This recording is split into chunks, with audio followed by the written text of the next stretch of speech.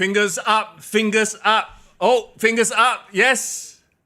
Oh my God. For the Tribal Chief. Welcome everybody. Hey, what's up? It's Mister Young. And it's for in the building, bro. It's the People's Champ and the final boss. No, Oh. it's not, are we the winners of WrestleMania Night 1? That might as well be the case for tonight.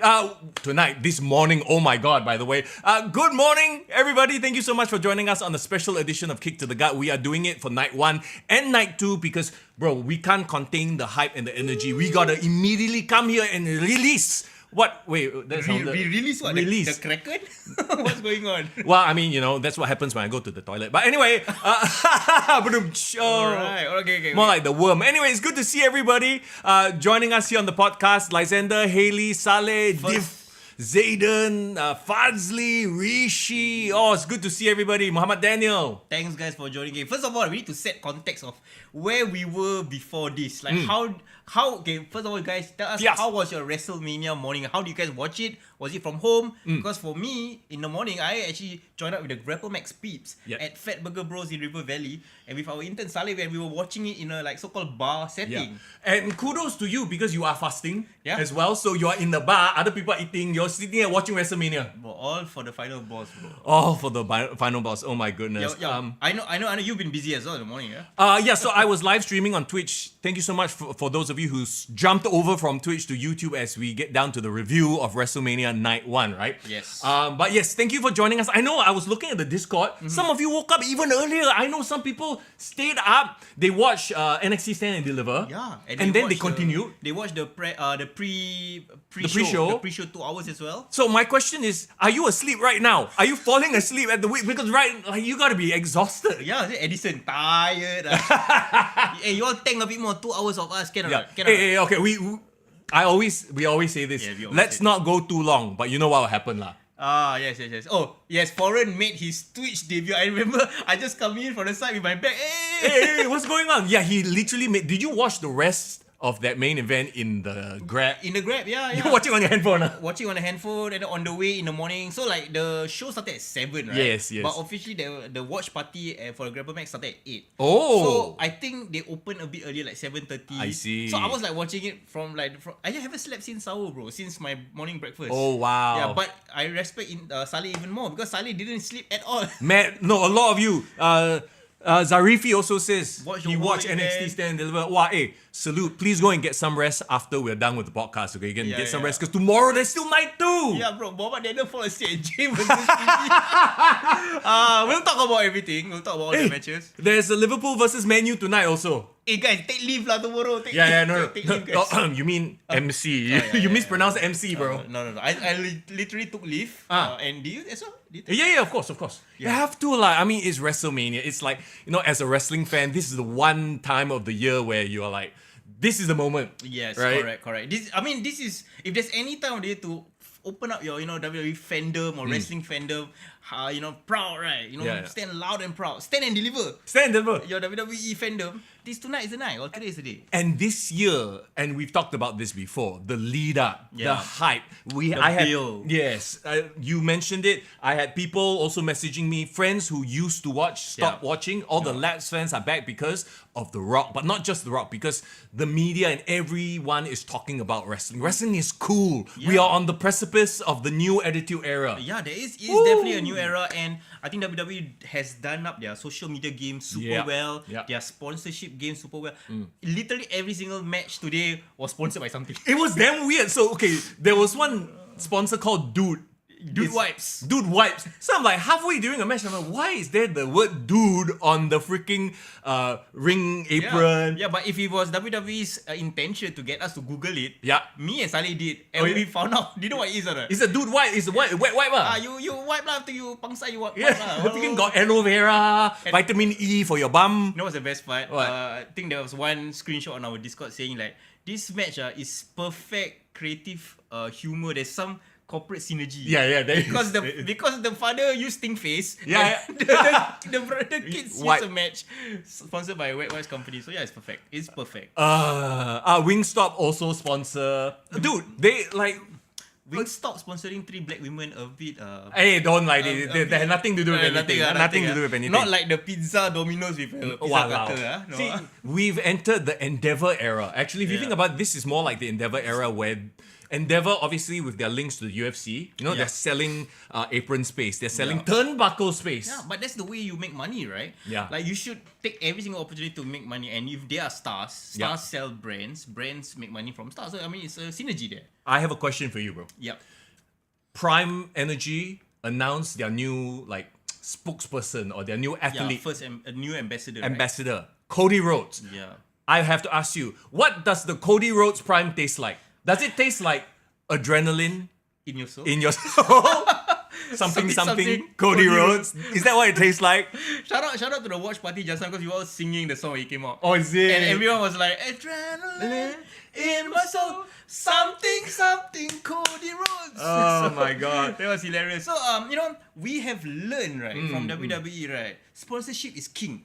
It is. Here in the podcast, we're learning about sponsorship being king. Huh? Absolutely. Yes. And to that end, I love the little segue, much like professionals like that. Like we've done this for 7 seasons. Learning from Mister Young. No. Yes. We want to give a shout out to the sponsor of the podcast, a brand new sponsor, in fact. Yes. Check it out, you guys. Just in time for WrestleMania. Yes, just in time for WrestleMania. We want to give a big shout out and a thank you to Mirage Advisory. Hey guys, do us a favor, okay? Drop them a follow on Instagram right now. Boom. You see why we got so much level up recently? It's thanks to these guys. They love us. They are wrestling fans as well. Do us a favor, help them get to 500 followers and say that your boys, the kick to the gut, send you there, man. Support your fellow wrestling fans. Yeah. You know what it is?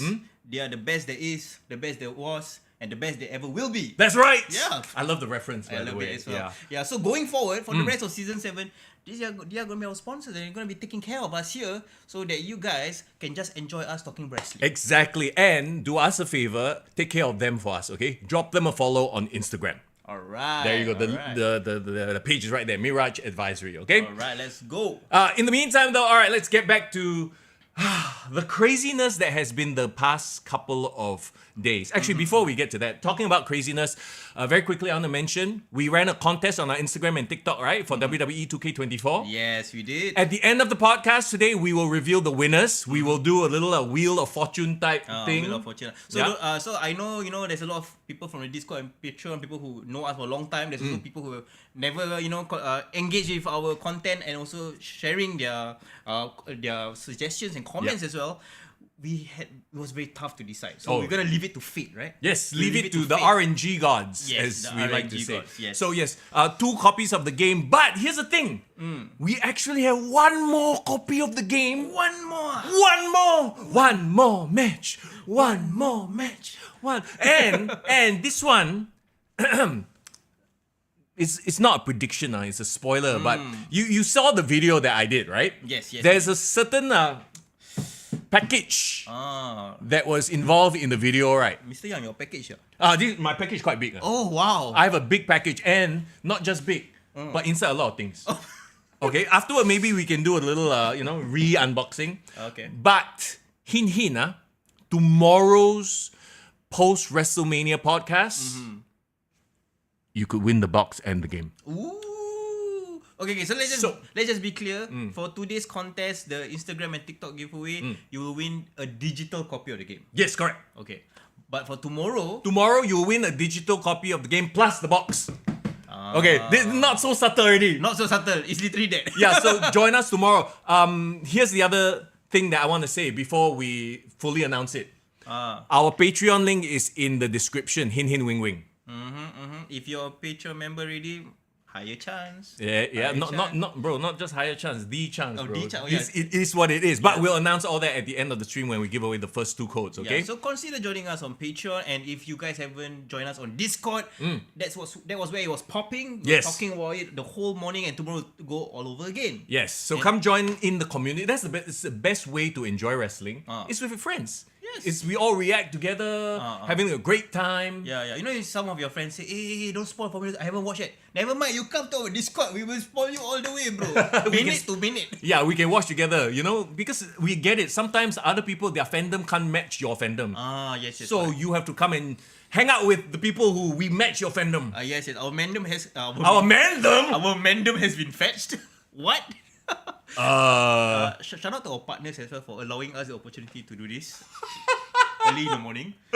So after that, you know, partner duties after this. Oh yes. So now we. Oh, I thought you were talking about our sponsors for a second. You meant our life partners. Yes, life. Oh, I thought you were talking our sponsors. Like, okay, yeah.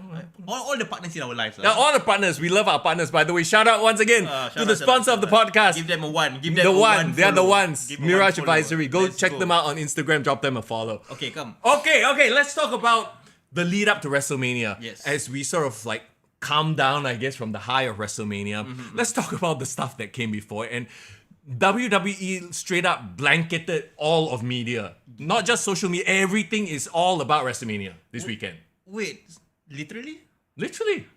Okay, what do you mean by blanketed? Oh, when you say blanketed, I thought you said they black out all the media. No. As in they covered all because if you think about it, what happened on AEW?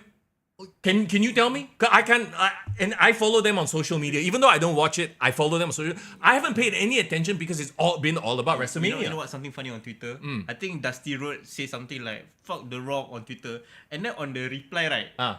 Uncle Dex Howard say, "Hey, don't forget, Collision is tonight."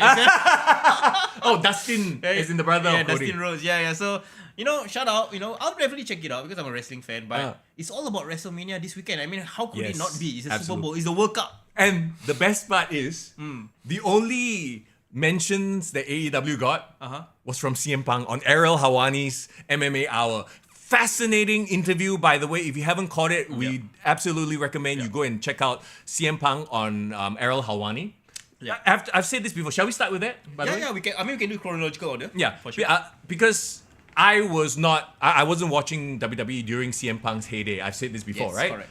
And just watching, I got so much respect for CM Punk watching this interview, you know. And some people can resonate. No, 100% can resonate. Like we've all worked in places where like you realize that the people you're working with, they are not there to be successful. They are there because they just friend with the boss. They just want to do what they want to do, and a lot of our suspicions came true as to what the heck is going on in AEW. And it's not to say that CM Punk is 100% correct. Like, you know, he obviously this is his side of the story. Yep. But a lot of it, here's the thing, a lot of it lines up with what is going on. Does it not? Yeah, of course. And the funny thing is, right, he's right. He's never spoken about it. Today was the first time he spoke in about a year. Right? Yeah. In 2 years since the press scrum. Yeah. And it's crazy that every time something like this happens, immediately you always get one side of the story through leaks. Whereas CM Punk's side, you never hear anything because he's that guy. He's like, I don't want to deal with it. I'll just shut up and do my own thing. Just leave me alone. That's what he said. Correct. And I think the funny thing is like everything he has said has always come true in a way. Come, get closer to us. Yeah, everything he said has always come true and has shown up, you know, whether it's whatever he said in WWE back in the day, right? It has come to pass. Everything he said about, you know, AEW from not only his time leaving the company, from even the time where he, you know, cut all these promos and stuff like that, talking about all the issues. Pipe bombs, you know, and of course, you know, people always say, what Cult of Cornette or Jim Cornette, like he follows, not relevant, and like just, you know, men shouting at clouds, right? But everything they say line up as well. So it's sometimes you just have to accept something is true and something is not true. And I think this whole house of cards that Tony has built, I think it's starting to fall apart. Honestly, we've seen it right from not from the start.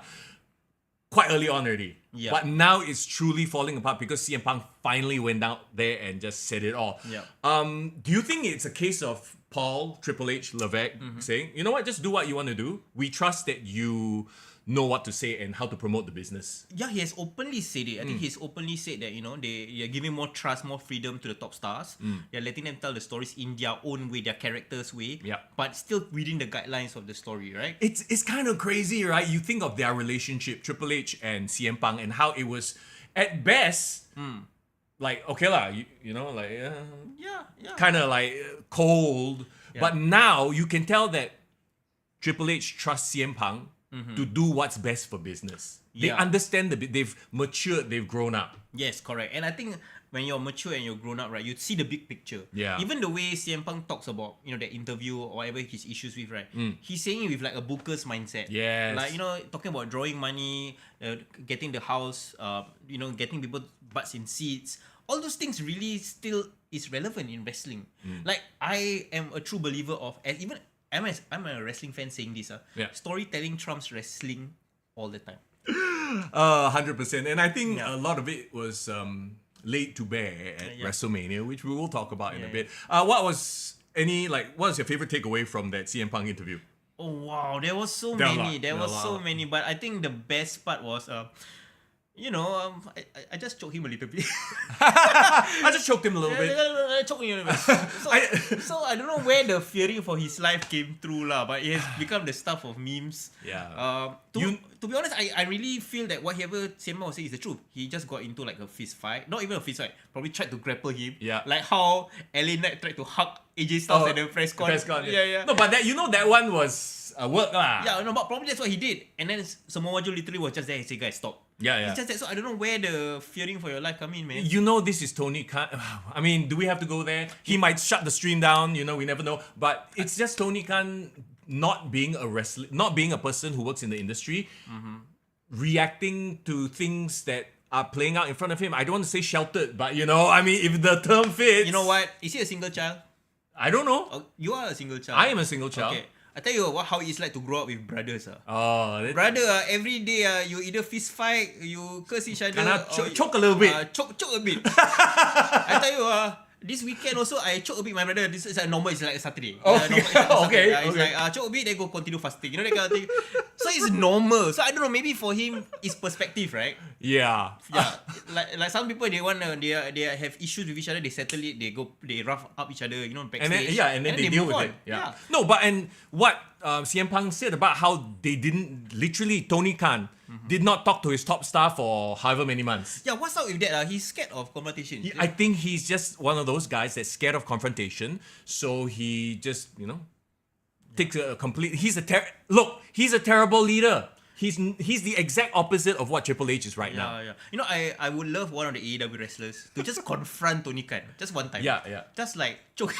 No, just choke him a little bit. No. No, I don't get you. You don't get yourself in trouble. But you know what? I think at the end of the day, the best example of moving past your issues and growing from it is the CM Punk and Randy Orton watch along. Yeah, I didn't watch that. Oh, you gotta watch that because I think they even during that watch along they call out some issues that they had in the past where they didn't like each other and they've grown from it. You see, that's the difference. Professionalism.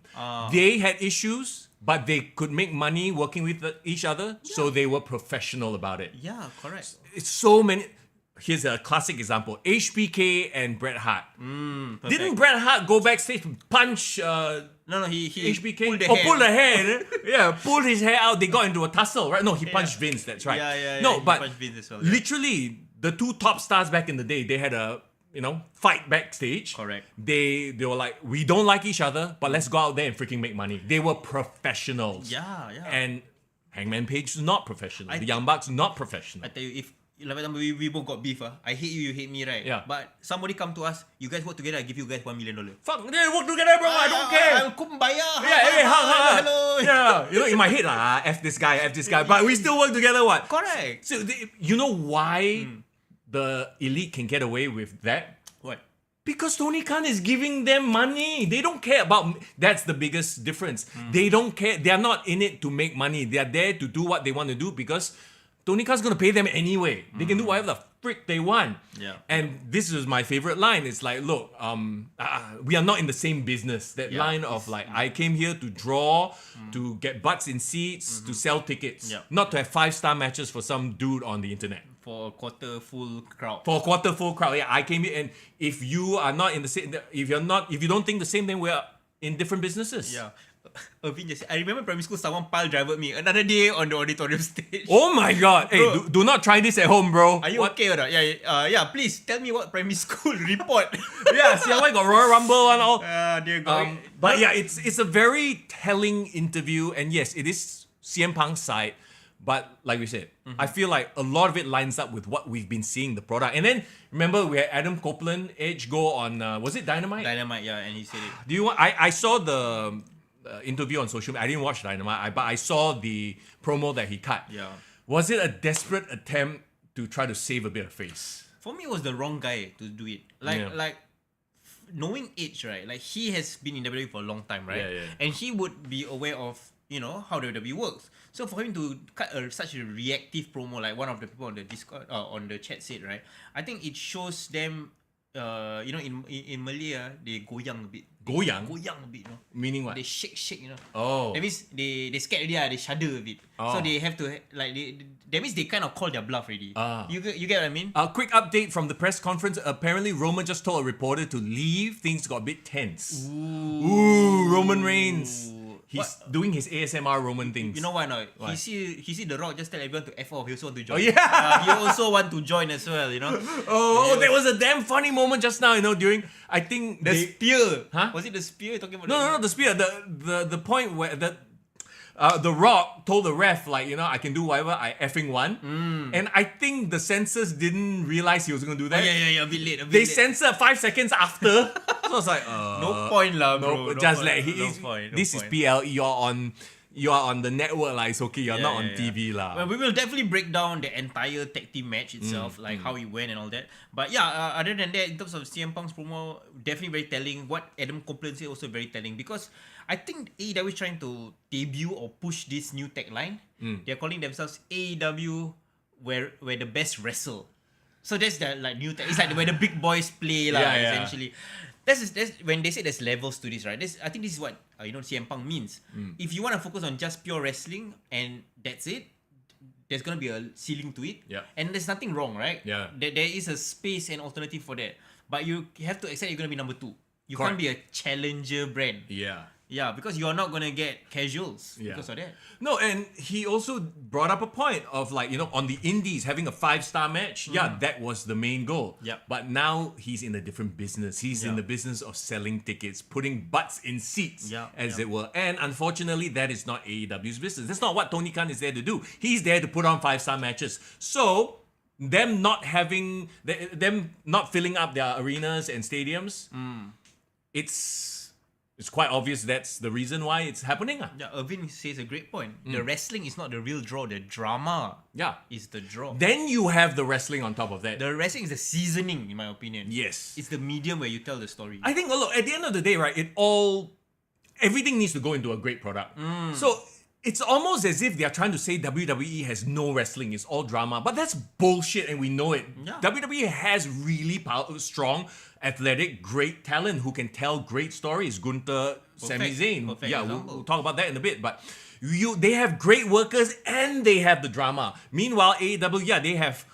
That's the other thing. They have some great workers, a lot of green garbage workers who are not pro wrestlers. And I'm gonna be very honest, I love Samoa Joe. I think he's a great champion. Swerve Strickland has come up and become a big part of the show, and he's deserving of that honor. He is also a great promo. He tells great stories. That's why they are the top stars in AEW. Yeah, but there are only so few. Yeah, but the problem is I can't sit through the rest to see them. Last time, even when I was watching AEW, I'll watch segments. I'll watch anything that CM Punk does or MJF does. But now it's really, really hard. So who says, hey, high school drama is still drama or what? Yes, that's true. So but let's put it that way. Is it the drama that you want to attract? Yeah. Right? Is that the drama that you want to attract? It's different levels of business. One is they are generating interest, hype, relevancy. The other one is they are just hanging on by Khan's money. And that's it. Once the money stops, that's when they will start looking around and go, oh shit.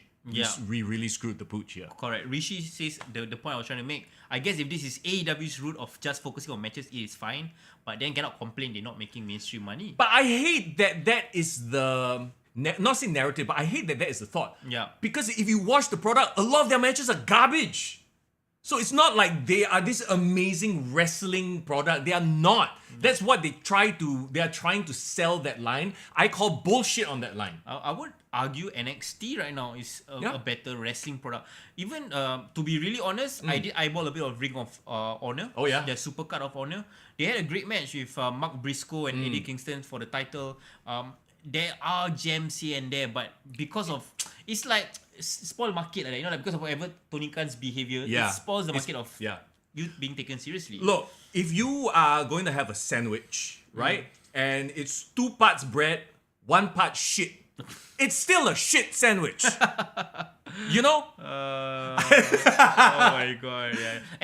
And then do you see what Triple H say on Pat McAfee show? What did he say? I think it was like a very subtle shot at Will Ospreay, apparently. Oh. He was saying something like, if there's talent out there who is not at this point in their career are not willing to embrace the grind and just want to work for 4 days a weekend, then I do not want them here. Oh. No, like, okay, that one internet looking too much into it. He's just saying a very generic point. Unless he literally said Will Ospreay. No, unless he literally had that experience with this wrestler, because he was openly courting Will Ospreay. Sure. And Ospreay chose AEW, and he has openly said that he's doing it because he wants to spend more time with his partner. He wants to be able to stay in London and not move houses and base in America. So there's personal reasons to start, but I think that's the point I'm trying to make, right? If you want to enjoy that so-called work-life balance, good life, and all that kind of stuff for more money, let's be honest, we all would probably do that. Yeah, no, that's absolutely fine. And we said it last week, right? Like your Okadas and your Sasha Banks, aka Mercedes Moné. It's almost as if you go into it going, all right, I'm probably not going to be used well, but I'm making millions of dollars, more than what WWE would have paid me, so screw it, okay. But then what would be the motivation to do well in AEW? I mean, because you already paid your guaranteed money. Right? Yeah. You can stay at home for 2 months like Miro does all the time. Yeah. This literally was the problem with WCW. Yeah, this issue, right? Where they had guaranteed contracts, so those on guaranteed contracts stay at home and shake leg.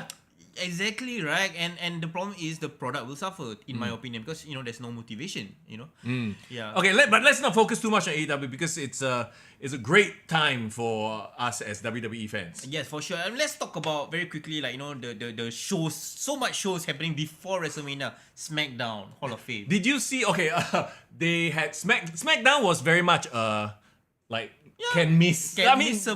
Missable. They just advanced a little bit, but there was not much because. Like we said already, honestly, if I skipped Raw and SmackDown this week, actually Raw, they still had a lot of stuff. But SmackDown was entirely missable. Yeah, but to me it's fine because I think everyone's already kind of like saving their energy, the mood. The crowd was hot. Yeah. Apparently it was sellout crowds in Raw and SmackDown. Yeah, not surprised. Not just sellout, but like highest grossing. Yes, they keep breaking records. The industry, the product is super hot right now. Yeah, you know how I can tell? It was so packed, right? Yeah. Like when during the Hall of Fame, the wrestlers had to sit near the stage. At the back. Cramps, so it's really big deal. It's funny, and a lot of AEW apologists, right, are like, we're doing not so well because WWE is taking all the shine. Bro, that is it's like we've talked about the term before, high tide lifts all ships. Yeah. If anything, they should be doing well as well because the interest in wrestling is high. Yeah. No, it's because they suck. It's because it's a shit sandwich. Yeah, it is. And the thing is, right, at the end of the day, if you support both brands and want both brands to do well, I think there's nothing wrong with criticizing it if it's not good. And giving them props if it's good, right? I wouldn't say bias is involved in any way, but there are people who have preference. Oh yeah, for sure. You prefer storylines, you prefer matches. Well, fine. That being said, too, I'm sure there's a lot of stuff that we will have to say about WrestleMania in just a bit. That's not that positive, but it is what it is, right? Yeah. We're trying to call it as we sees it. Okay, Zayden brings up the fact that SmackDown had the Dragon Lee attack. Okay, so this kind of leads into WrestleMania as well, that match. Yes, correct. So they got rid of Dragon Lee. He was beat up by an unknown assailant, but Carlito found him. And then Ray replaced Dragon Lee with Andrade. And then there was a moment where they show Carlito like, oh, he never picked me. 2 times already, Yeah, twice. So obviously this is like, has to be a lead up to a Carlito turn, right? which everyone thought was going to happen at WrestleMania. But in just a bit, we'll talk about that. Yeah, and the thing I find so funny about this is like in this one little corner of the universe, the Latinos are fighting each other. Yeah. So it's like you're having a bit of like like a Mexican drama, Over there. telenovela one side, and then so that there is something for everyone, I think, in this show. Even if it's hilarious in its own thing, I kind of enjoy it for what it is, right? Yeah. So okay, let's talk about the Hall of Fame. Yes. And I literally watched the Hall of Fame twice. Yeah. I watched clips of it again, and Paul Heyman might just be the best communicator, the best orator. Like, if any wrestler out there is a promoter, any speaker out there is wanting to improve their game, just watch and listen Paul Heyman. The guy is a god on the mic. Bro, he's an orator for sure, man. Like the thing about him was, I was surprised that they started him to kick off the Hall of Fame, but after seeing his speech, I get it now. Also, the Hall of Fame happened after Smackdown, right? Yeah. I think they don't want to keep people there too late. Like, get the main guy there out first. Yeah, and give him as much time as possible so that his speech won't get cut. Right? The time period won't get cut. So I think it was a great move. You say you watched it twice. Did you watch the whole show twice, or you just watch Paul Heyman? Of course, only Paul Heyman. I watched the whole show once, then I went back and watched Paul Heyman's speech. Can't be you listen to Thunderbolt twice, bro. Bro, I didn't even listen the first time. I skip. That atuk, That was a bit much, but okay. Yeah. I have to say this though. Okay, the crowd was great for Paul Heyman, but I felt like they were a bit disrespectful for the rest. Yes. There were moments they were watting, they were trying to chant, when Bull Nakano or Thunderbolt or Ali, Muhammad Ali's wife. Yeah. No, the thing is, I realized it's a Philadelphia crowd. Philadelphia crowd is a ECW crowd. They're rowdy. They're impatient. They're drunk. They want they want to be part of the damn show. Yeah. Right. And part of me was like, I wish they went back to the Hall of Fame ceremonies where it was only the people in the industry, the wrestlers. So it was more respectful in that way. Yeah. Like, I don't know, it felt a bit annoying to me.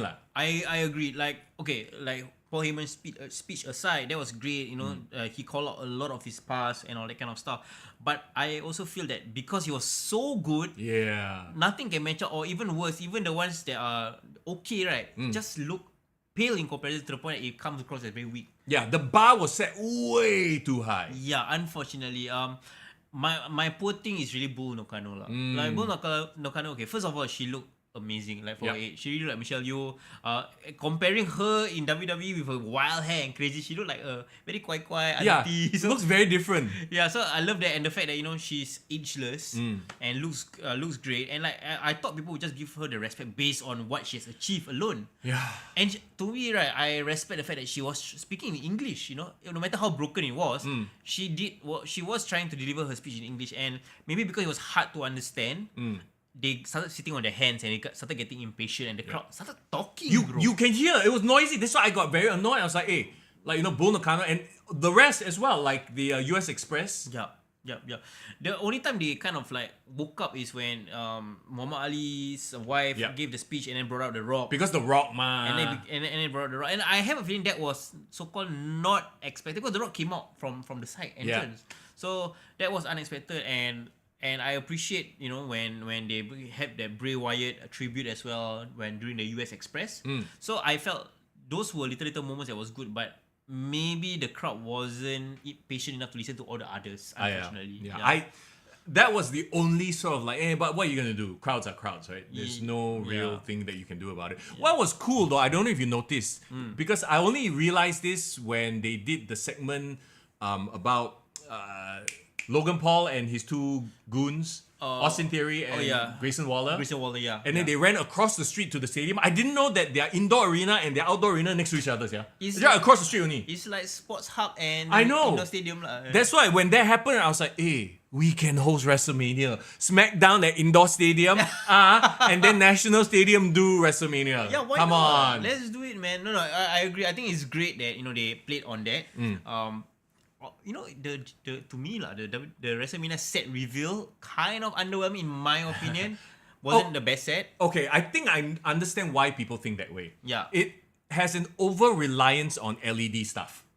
they didn't have enough props, enough set. We missed the time of like a giant mask or a giant, tower of whatever city they're in, It's now just a big XL and giant LED screens, which technically they can spend less money on because they can change the graphics as opposed to having to build a giant set. They improved on WrestleMania 35, which was really, they don't give a shit. That was just a huge Samsung. Yeah. How you know Samsung? Maybe LG. What's that Singapore brand? The one people keep saying? Prism. Huge ass Prism LED screen, right? Yeah. But in the last couple of years, they have actually improved quite well. Like to me, 39, the Hollywood one with the stage and the steps, it was really well done. Yeah. Like I think they need. I know they want to have as much screen so they can play around with the graphics. Yeah. But have some nice setups to the screens. Yeah. In my opinion. Agree. So that's why I think, but it still looks freaking amazing. Yeah. I agree. But at the end of the day, like what I was bringing it up was like, while they were doing that whole segment running there, right? In my mind, I was thinking like, hey, the whole time they run up and down, was it pre-taped or was it live? Because are we really gonna watch them run? No lah, it's pre-taped lah. Yeah, I hope so. It has to be. You cannot. They're literally in the streets running. They're not gonna make them run back and forth. It's next to each other, but it's still gonna be a long run. Yeah, the best scene was the golf cart scene because I think Randy was at the back and then Kay was driving. He was like, "Can this hold me?" Yeah, that was hilarious. Yeah. Okay, so that's Smackdown Hall of Fame. Yeah. What else did we cover? We haven't covered yet. The Hall of Fame was Hall of Fame. I think generally was okay. Do you like the fact that The Rock ended it? Do you feel that it was really uncut The Rock segment? I think that because they needed a strong start and a strong finish, and because Heyman already went. Like in an ideal world, Heyman would have been last. Yeah. But I also understand in that they can't have Smackdown followed by a bunch of speeches followed by Heyman. Wow, people will get very tired. They will be very very shaky. Yeah. In hindsight, I can understand the placement, but it just felt like a very meh. Like I'm talking about just the show overall, just felt like a very meh Hall of Fame because the rest of them are not so well known or like they are too old that the current generation can't connect. Yeah. Well, and then halfway through you got a sermon. You got a amen. Saleh told me that Solo Sikoa apparently fell asleep and he was caught on. How you know he fell asleep? He was wearing shades, what? He was wearing shades like that. Maybe he was just doing No. You guys see Twitter, you guys see X, you see the memes, and it's hilarious. He was doing the sermon. Yeah, maybe that's why Solo kena scolded, then cannot appear at WrestleMania. Maybe he got kicked off WrestleMania. Dear God. Okay. So Hall of Fame settle, Smackdown settle. Yeah, let's talk about today. Today started off with NXT Stand and Deliver, bro. I did not get to catch it. I will watch it sometime later this week. I need a break. Yeah. After, I'm sure you need a break. WrestleMania. But I saw Gulia. How do you say her name? Julia or Gulia? I think it's Julia, right? Julia? Can somebody correct me or all you Sims of Julia? Hey, Sims! What? Bro, literally Fierce Grinder say Julia delicious or what? And then Sir Wu say take a number. So can you guys tell me how do you pronounce her name? Okay. Yeah. But it's really, really cool because I thought she looked genuinely surprised that people popped for her. Dude, I had never seen her before, but I was like, ooh, yes, delicious is right. And you want to see her again, is it? I want to watch and then see what she can bring to the table. Yeah. But a couple of things I think people should know. Okay, if we'll give you the Cliff Notes review of NXT Stand and Deliver since Young didn't watch it. Yep. But generally, 3 matches to me that you should definitely take the time to watch, right? Okay. First of all, the triple threat match for the North American Championship, Obafemi, Josh Briggs, and Dijak. Bro, talk about a 3-man horse match, bro. Horse match, bro. Horse match. Sir Hus, bro. Okay. Okay, Najwa and Sir Hus has just confirmed it's Julia. Okay, there you go. Julia, okay, cool. Yeah, so apparently it was a great horse match and they did a lot of crazy shit in that match and it seems like Dijak should have won. The crowd support for Dijak is really, really great. And it's almost to the level of when he was feuding with Keith Lee. Wow. Yeah, so shout out to Dijak. I think he should have won. But Obafemi, bro, I think he is like the sleeper hit debut of the year. Like, came out of nowhere, won the NXT North American. No, there was a breakout tournament. Yes, won a breakout tournament and he is everything that Apollo Creed wish he was. Apollo Crews, you mean? Apollo Crews. Yeah. Apollo Crews. What happened to him, he was in the Andre Battle Royal. Andre the Giant. So he's still around. Still alive, Oh, good still Lord. doing good. But speaking of, we completely went over that. Yeah, so the winner was Bronson Reed. You know Oh that? yeah. And almost make his once a year appearance on TV. Hey, speaking of which, I know we're jumping back, right? I know, but yeah, like around. it's what did I want to bring up? Oh, so there were interviews before the Hall of Fame ceremony. They were backstage interviews, yes, right? correct. And then I don't know why they go and interview Mia Yim. I'm sorry, but okay. you know, like when some people have it and some people don't. Yeah. Some people don't. Yeah. I'm not saying anything, but it's like it was damn cringe. Mia Yim, and then Nikki Cross kind of saved it because Nikki Cross was doing her crazy thing. Yeah. But I was like, oh my god, this is so bad. Like Bronson Reed came off as very cool, very chill, whatever. Yep. So that's fine, right? Yep. Then you got Bianca and Montez, very standard, they can promo. But Mia Yim cannot, yeah. I felt bad. I was like, oh dear. That's why she's where she is at in her cut and in the placement of the cut right now, right? Yeah. Justice for Dante Chen, yes. Why? What happened? He won his NXT Level Up. Yeah. Oh, by the way, right after Hall of Fame was NXT Level Up. Hey, they cannot only sleep. So I stayed there to watch because Dante Chen was the first match. You stayed up to watch on WWE Network. No, Hall of Fame. No, as in when you watch Hall of Fame, the match, the show ended, you stayed up and let WWE Yeah, Network. I didn't stay up. It happened in the afternoon. What? Oh yeah, so you just let the WWE Network run lah. Yeah, and the first thing after was NXT Level Up. So I was like, hey shit, look, it's our boy Dante. And I watched him. Was it still the same crowd? Yeah lah, it's NXT crowd. What? Oh yeah. NXT is a it was replay. a pre-tape. Yeah. As in they would replay something else after. I see. My point is, I think a lot of people got to watch Dante Chen because after Hall of Fame, they leave the network on. They get to see Level Up. Who's this Dante fella? Yeah, we here are Dante Chen fans, and it's not because he's from Singapore, bro. He's really good. I want to bring up something I'm not happy about. What? They didn't announce from Singapore. Who didn't? They just said Dante Chen and then no from Singapore. I was like, boo! Why? Bro, why you do this? If freaking Easy Dame, you know that little girl Easy, the Bailey fan girl, has a match on NXT, why can't Dante Chen have a feud, a match, some story lah, bro? Wait, she has a match on NXT? Yeah, it was the 6-man, the Fallon Henley. Wait, she's now a wrestler? Yes, you go click on her thing. What the heck? I didn't even know this. It's her, right? She also played, I believe it's her, right? It's Easy, right? Okay, never mind. You guys can Google it lah. Yeah, but the crowd was behind Dante the whole match. Yeah, so that was pretty cool. So Dante's a fan. Okay, let's go back to NXT Stand Deliver. So yeah, the match, you guys should check it out. It's definitely Obafemi, Dijak, Josh Briggs. Obafemi retained. The Wolf Dogs, interestingly, retained the title against Axiom and Nathan Fraser. Surprisingly, it was Axiom and Nathan Fraser. No, I mean, I'm not surprised that they beat their asses, but what I'm surprised is why they still have the titles when Braun Breaker has officially gone to the main roster. Hey, was he even on SmackDown? I feel like they had two squash matches and he hasn't been on SmackDown. Yeah. So they have been kind of like putting to the background, making him focus more on his NXT storylines. So I'm just thinking Different Easy, by the way. Different Easy. Oh, okay. Different Easy. So sorry. But I'm just thinking like, if Braun Breaker is like still keeping the tag team together, does this mean a recall up for Baron Corbin? Like, are they gonna keep the Wolf Dogs happening on NXT separate storyline, or is it like a different universe? So I'm just confused in the booking or like the plans for Braun Breaker going forward lah, essentially. How was Trick Carmelo? Because I see that Trick beat Carmelo and you know. Well, to me, Trick and Carmelo definitely deserve to end the event. Like the crowd was so hot for them.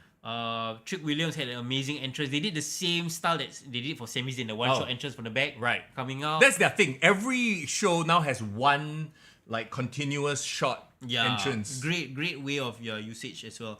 But this was to me the match of the night was Obafemi's match.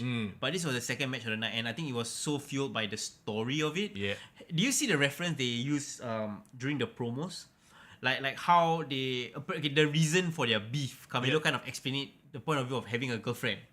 So he said like, hey, you said you want to go after the NXT North American, and then I'm gonna go after the NXT Championship. So think about it, it's my girlfriend. And when I lost the title, behind my back, you went after the title for me. So it became like some high school black guy beef, you know, like some rapper beef. You try to go for my girl. Yeah, you see, you're gonna go for that girl. Then why you behind my back go back for my girl? You know, that kind of thing. My god. So it was funny, but this was a great match. So if you're gonna watch this show, right, watch it for Trick, watch it for Obafemi. Baron Corbin and Braun Breaker also was a great tag team match if you enjoy. So, okay, we speculated mildly about Ilya versus Tony, and I remember saying I was like, bleh, this match kind of bleh. Was it like... Everything came to pass. Like, it was an okay match, but it's not anything that anything that you hold Ilya Dragunov to in terms of his standard of matches, bro. Oh. Yeah. He definitely... It felt like a... Like Seth Rollins versus Shinsuke Nakamura, you know, it's like a B-level boss. Right. Yeah. So Tony D'Angelo, not doing it for me. But I think overall, it was a great, apparently also the highest grossing NXT Premier Live event. They're just breaking records, man. Bro, breaking records. So even if like the matches are so or can do better, right? The crowd and the engagement and how hot everything is makes it feel worthwhile. Speaking of it, right? So they have a new reality show coming out. I don't know if you saw the trailers where they get all the athletes that they are courting to try out for WWE. Yep. So I wonder how that's gonna work because if this were the 90s, I'd be like, oh my god, they're doing another Tough Enough. If this was early 2000s, you know this is gonna be lame. Yep. But if they're doing it documentary style, I'm like, ooh, I think this could be very interesting. It's like Breaking Ground lah. They had that show on on WWE Network. I'm wondering whether is this gonna be a new pipeline into NXT. Yeah. Getting talent there. And getting people exposure before they even make their debut. Yeah. Irvin said the Perez versus Valkyria was good as well. It wasn't my favorite match of the night. It was okay. I think Roxanne deserves to become the champion again. I think her first run was a bit cut short because of injury, right? Yeah, and now she's like a heel. It's fine. To me, Lyra, they tried to push her for a bit, but we know that she has her limitations. Yeah. So yeah, she wasn't meant to have a long reign anyway. But I think overall, I will give Stand and Deliver maybe like a C plus B minus. Oh wow. Yeah. To me, right, having a great card means not just 1 or 2, 3 matches I would want to watch. Like, even the cards that are okay would make me get excited. Like, there's some storyline development. But when you think about Philly Henley, Kalani Jordan, all this Fallon Henley, all like... Thea Hall. Like, I Joe Gacy, Sean Spears. Bro, pre-show, bro. Oh, that was What? Chairman came back and then he freaking... Chairman came back, lost 2 matches, and now... Kena defeated by Sean Spears. You know what's the worst part? Before the match even started, Joe Gacy was walking out, right? Yeah. Kena chair shot attack by Rich Holland.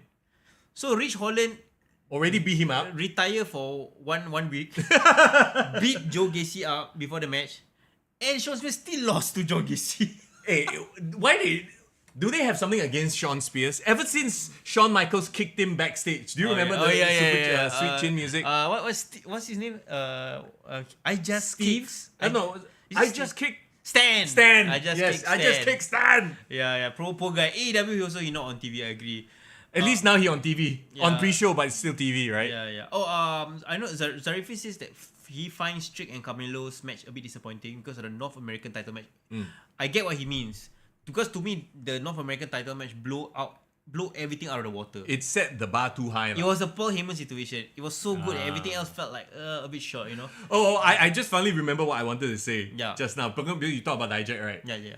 Keith Lee sighting. Did y'all see Keith Lee sighting at the Hall of Fame? Just randomly at the back. Bro, Keith Lee don't give a fish anymore. He's like, I'm just gonna appear at WWE. He appears more on WWE than he does on AEW at this point. Hilarious, bro. Like, just randomly, like... Of course, he is married to Mia Yim. Yeah. Michin. So that makes sense. That's why he's there. Get him back to WWE, I think. But can he, physically, is his health? Yeah, that's also the issue, right? Oh, speaking of North American, they also debuted a women's North American championship now. So a mid-card? A mid-card for women, yeah. So there's no tag teams anymore, but there's gonna be a mid-card. But I think it's okay. I think all these Fallon, Henley, Kelani Jordan maybe can go for this mid-card first lah. I don't know, the women's division in NXT to me is a bit boring right now. Yeah, maybe. Yeah, they need to really work on that. Okay, shall we jump on to WrestleMania? Yeah, and also in the meantime, just give us your cards for Stand and Deliver. If those who have watched it, let us know. Do you guys agree? To me, I say it was like a C plus B minus. I will give it like a 6.5 out of 10. If you guys agree, let us know. But definitely worth checking out. But yeah, you're right. Irvin says, don't sleep on Kelani. Some people want to sleep with... what? Don't sleep on her. Okay, she's good. She's good. 7 upon 10. All right, I like that. And there's the thing of Stand and Delivers. The past Stand and Delivers had raised the bar so high. Yeah. We all remember the black and gold. Of course. NXT. So guess maybe that is also like a, when It's- you set the bar too high. Thank God it's not the vomit NXT 2.0. Yeah. So we are still good. We're still good. It's still a return. So that was Stand and Deliver and Is it time? WrestleMania. Is it WrestleMania. All right. time? Still to come, by the way, we're going to do our giveaway on Instagram and TikTok. We posted the contest, and a little bit later, near the end of the show, we will reveal the winner. So if you took part, all the best. If you didn't manage to take part, don't worry. Tomorrow's podcast, we will give away another game code plus this giant box. Yes. Exclusive. Only for our Patreons. That's right. We'll put out the details a little bit later near the end of the podcast. Of course, this show brought to you by our good friends over at Mirage Advisory. Wait, hang on. Got a lot of things. There you go, Mirage. Guys, follow. Don't keep it at 444 followers, bro. Okay, wait, refresh. Has people followed? I don't know. I need to hit go refresh. first. Oh, we got what? Okay, One. it's okay. Guys, do us a favor. Drop them a follow. They are the sponsors of this podcast of Kick to the Gut, and we really, really appreciate that. Yes, for sure. And they're going to be sponsoring our podcast for the rest of the season, hopefully. And I will give you a bit more announcements of what else our collaborations that we'll have with them going forward.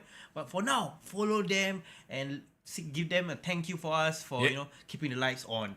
Absolutely. Yeah. They are the best there is. The best there was. And the best there ever will be. Alright. Okay, WrestleMania Night 1 review. Here we go. We are an hour into the stream. We got all the stuff out of the way.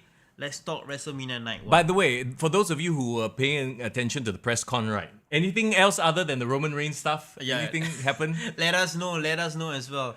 We need some context, of course. Please give us some context. Okay, so what was interesting is, and I don't know if this is the first time they've done it, but they've really, we've talked a lot about the production value, but they've really elevated the game to just, it felt like I was watching a Super Bowl. If you've ever watched Super Bowl before, if you, it felt like you were watching, I don't know if World Cup. Yeah, for sure. I think you can compare it to World Cup. Just the amount of sponsors, collabs, things happening. Bro, the fact that they had weather update. Michael Cole talking about how it's so chilly in the I was like, that is such a football thing. They talk about the weather, the wind chill, blah, blah, blah, that kind of thing. And even before the national anthem, they had shots of Rhea Ripley getting ready backstage. Becky Lynch. So I thought that was a really nice touch. It was like, okay, they usually kick off with national anthem, right? Yeah. But they're like, oh wait, the match is coming. The first match is coming. So people really know what to expect. Right, yeah, for the and anticipation. match. Yes. Yeah.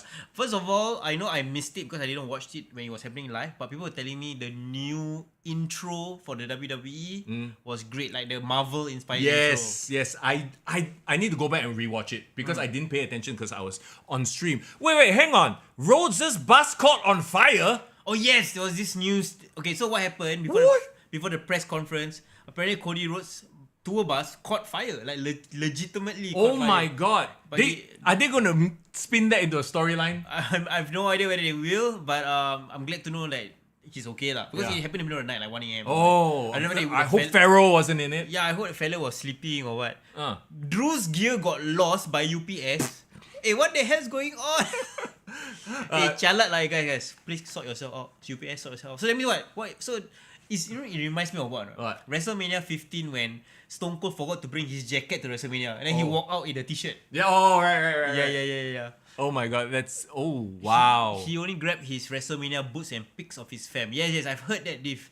Yeah, so apparently that really happened, legitimately happened. Wow, that is kind of crazy, man. Yeah. But yeah, bro, shout out. The new WWE intro is awesome. And I think going forward, if this is going to be the intro, this definitely is an official, official announcement of the new era that we are in. Bro, Seth let him stay on his bus. Wow, so nice. Best butts they all. Get it already, Borrow his gear cause CM Punk no match. Allow it. Okay, come. Let's get down to business here. So they had the national anthem as they usually do, right? Yes. They had the intro. Yeah, like intro. The hype package from Mick Mill. Bro, yeah. That was pretty good. But the hype packages before each match were even better. Yeah. Oh my. Every single match. Shit. I think so. Starting off like when they were talking about Rhea and Becky's match, they had that whole package about her promoting her book, bro. Yes. What a smart way to market her book. They're literally highlighting paragraphs, right? Yeah. From a book. I love it, bro. Yeah, and then they did So the smart. okay. So that was a bit weird. They did the AR thing where her book shows up and then she walks through it. Oh yeah. You know what it felt like to me? What? It felt like the TikTok filter, and then you accidentally walk through the Oh, effect. yeah. So a bit glitchy. A bit. I was like, what? That was a bit okay. But that aside, wow, the promo is real, bro. They're freaking promoting the shit out of the book. It's crazy, but the best part is right. It makes me proud to be a marketing guy. Oh yeah. Because all these ideas, like I'm like, whoa. Dude, did you see her dress had like the pages of her book? Pages of the book. The words man. were on her outfit. Yeah, I think they start to realize like the power of marketing through WWE. Like Yeah. whatever so-called messaging or product or something that you want to promote, you can promote it, be it in the ring, Yep. with Prime. I want to eat the freaking Wingstop. Now you want to eat later.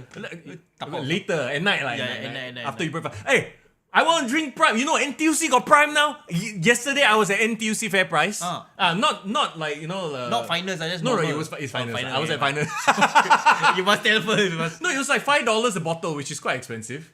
But it's quite like it used to be. Wasn't it $20? It was $20 in some places in Singapore. Yeah. So I was at Fair Price Finals yesterday doing grocery shopping. I walked by, I was like, is it like a Prime, huh? Do you buy? No. Buy lah. That's like $5 for some, you know what?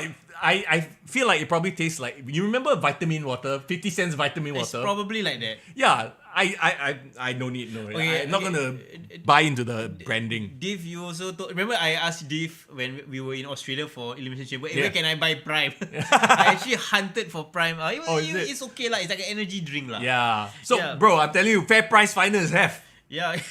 And then another one was Becky. So it was Becky Lynch's entrance was awesome. Yep. Rhea Ripley had the band, right? Yeah. What's the name of the band? Is the MIW. I don't know. Okay, because I asked this on chat. She actually has MIW written on her face. Oh. And somebody said that that's the name of the band. Oh, okay. But I forgot what the name. Guys, you guys know. Tell me the name of the band. Yeah. When the band was out there, I was like, one of the best band entrances I've seen. The performance was on point. Yeah. The singer was on point. Motionless in White. Thank you. Nice. MIW. I thought it was Pierce the Veil, but it's that genre lah. I thought it's Mommy is Winning. Oh, that's a good one. You know, when I first looked at the guy, right, and he was having all the eye makeup and he was singing, you know what's the first thing that came to my mind? What? This is for you. He looked like bisexual Undertaker. Bisexual? No, that's Damien Priest, bro. Yeah, I know, but he really looked like that. I was like, hey, is this a girl or a guy? Oh, it's a guy. Because he started screaming and like, okay, cool. Great entrance. Got me hyped for sure.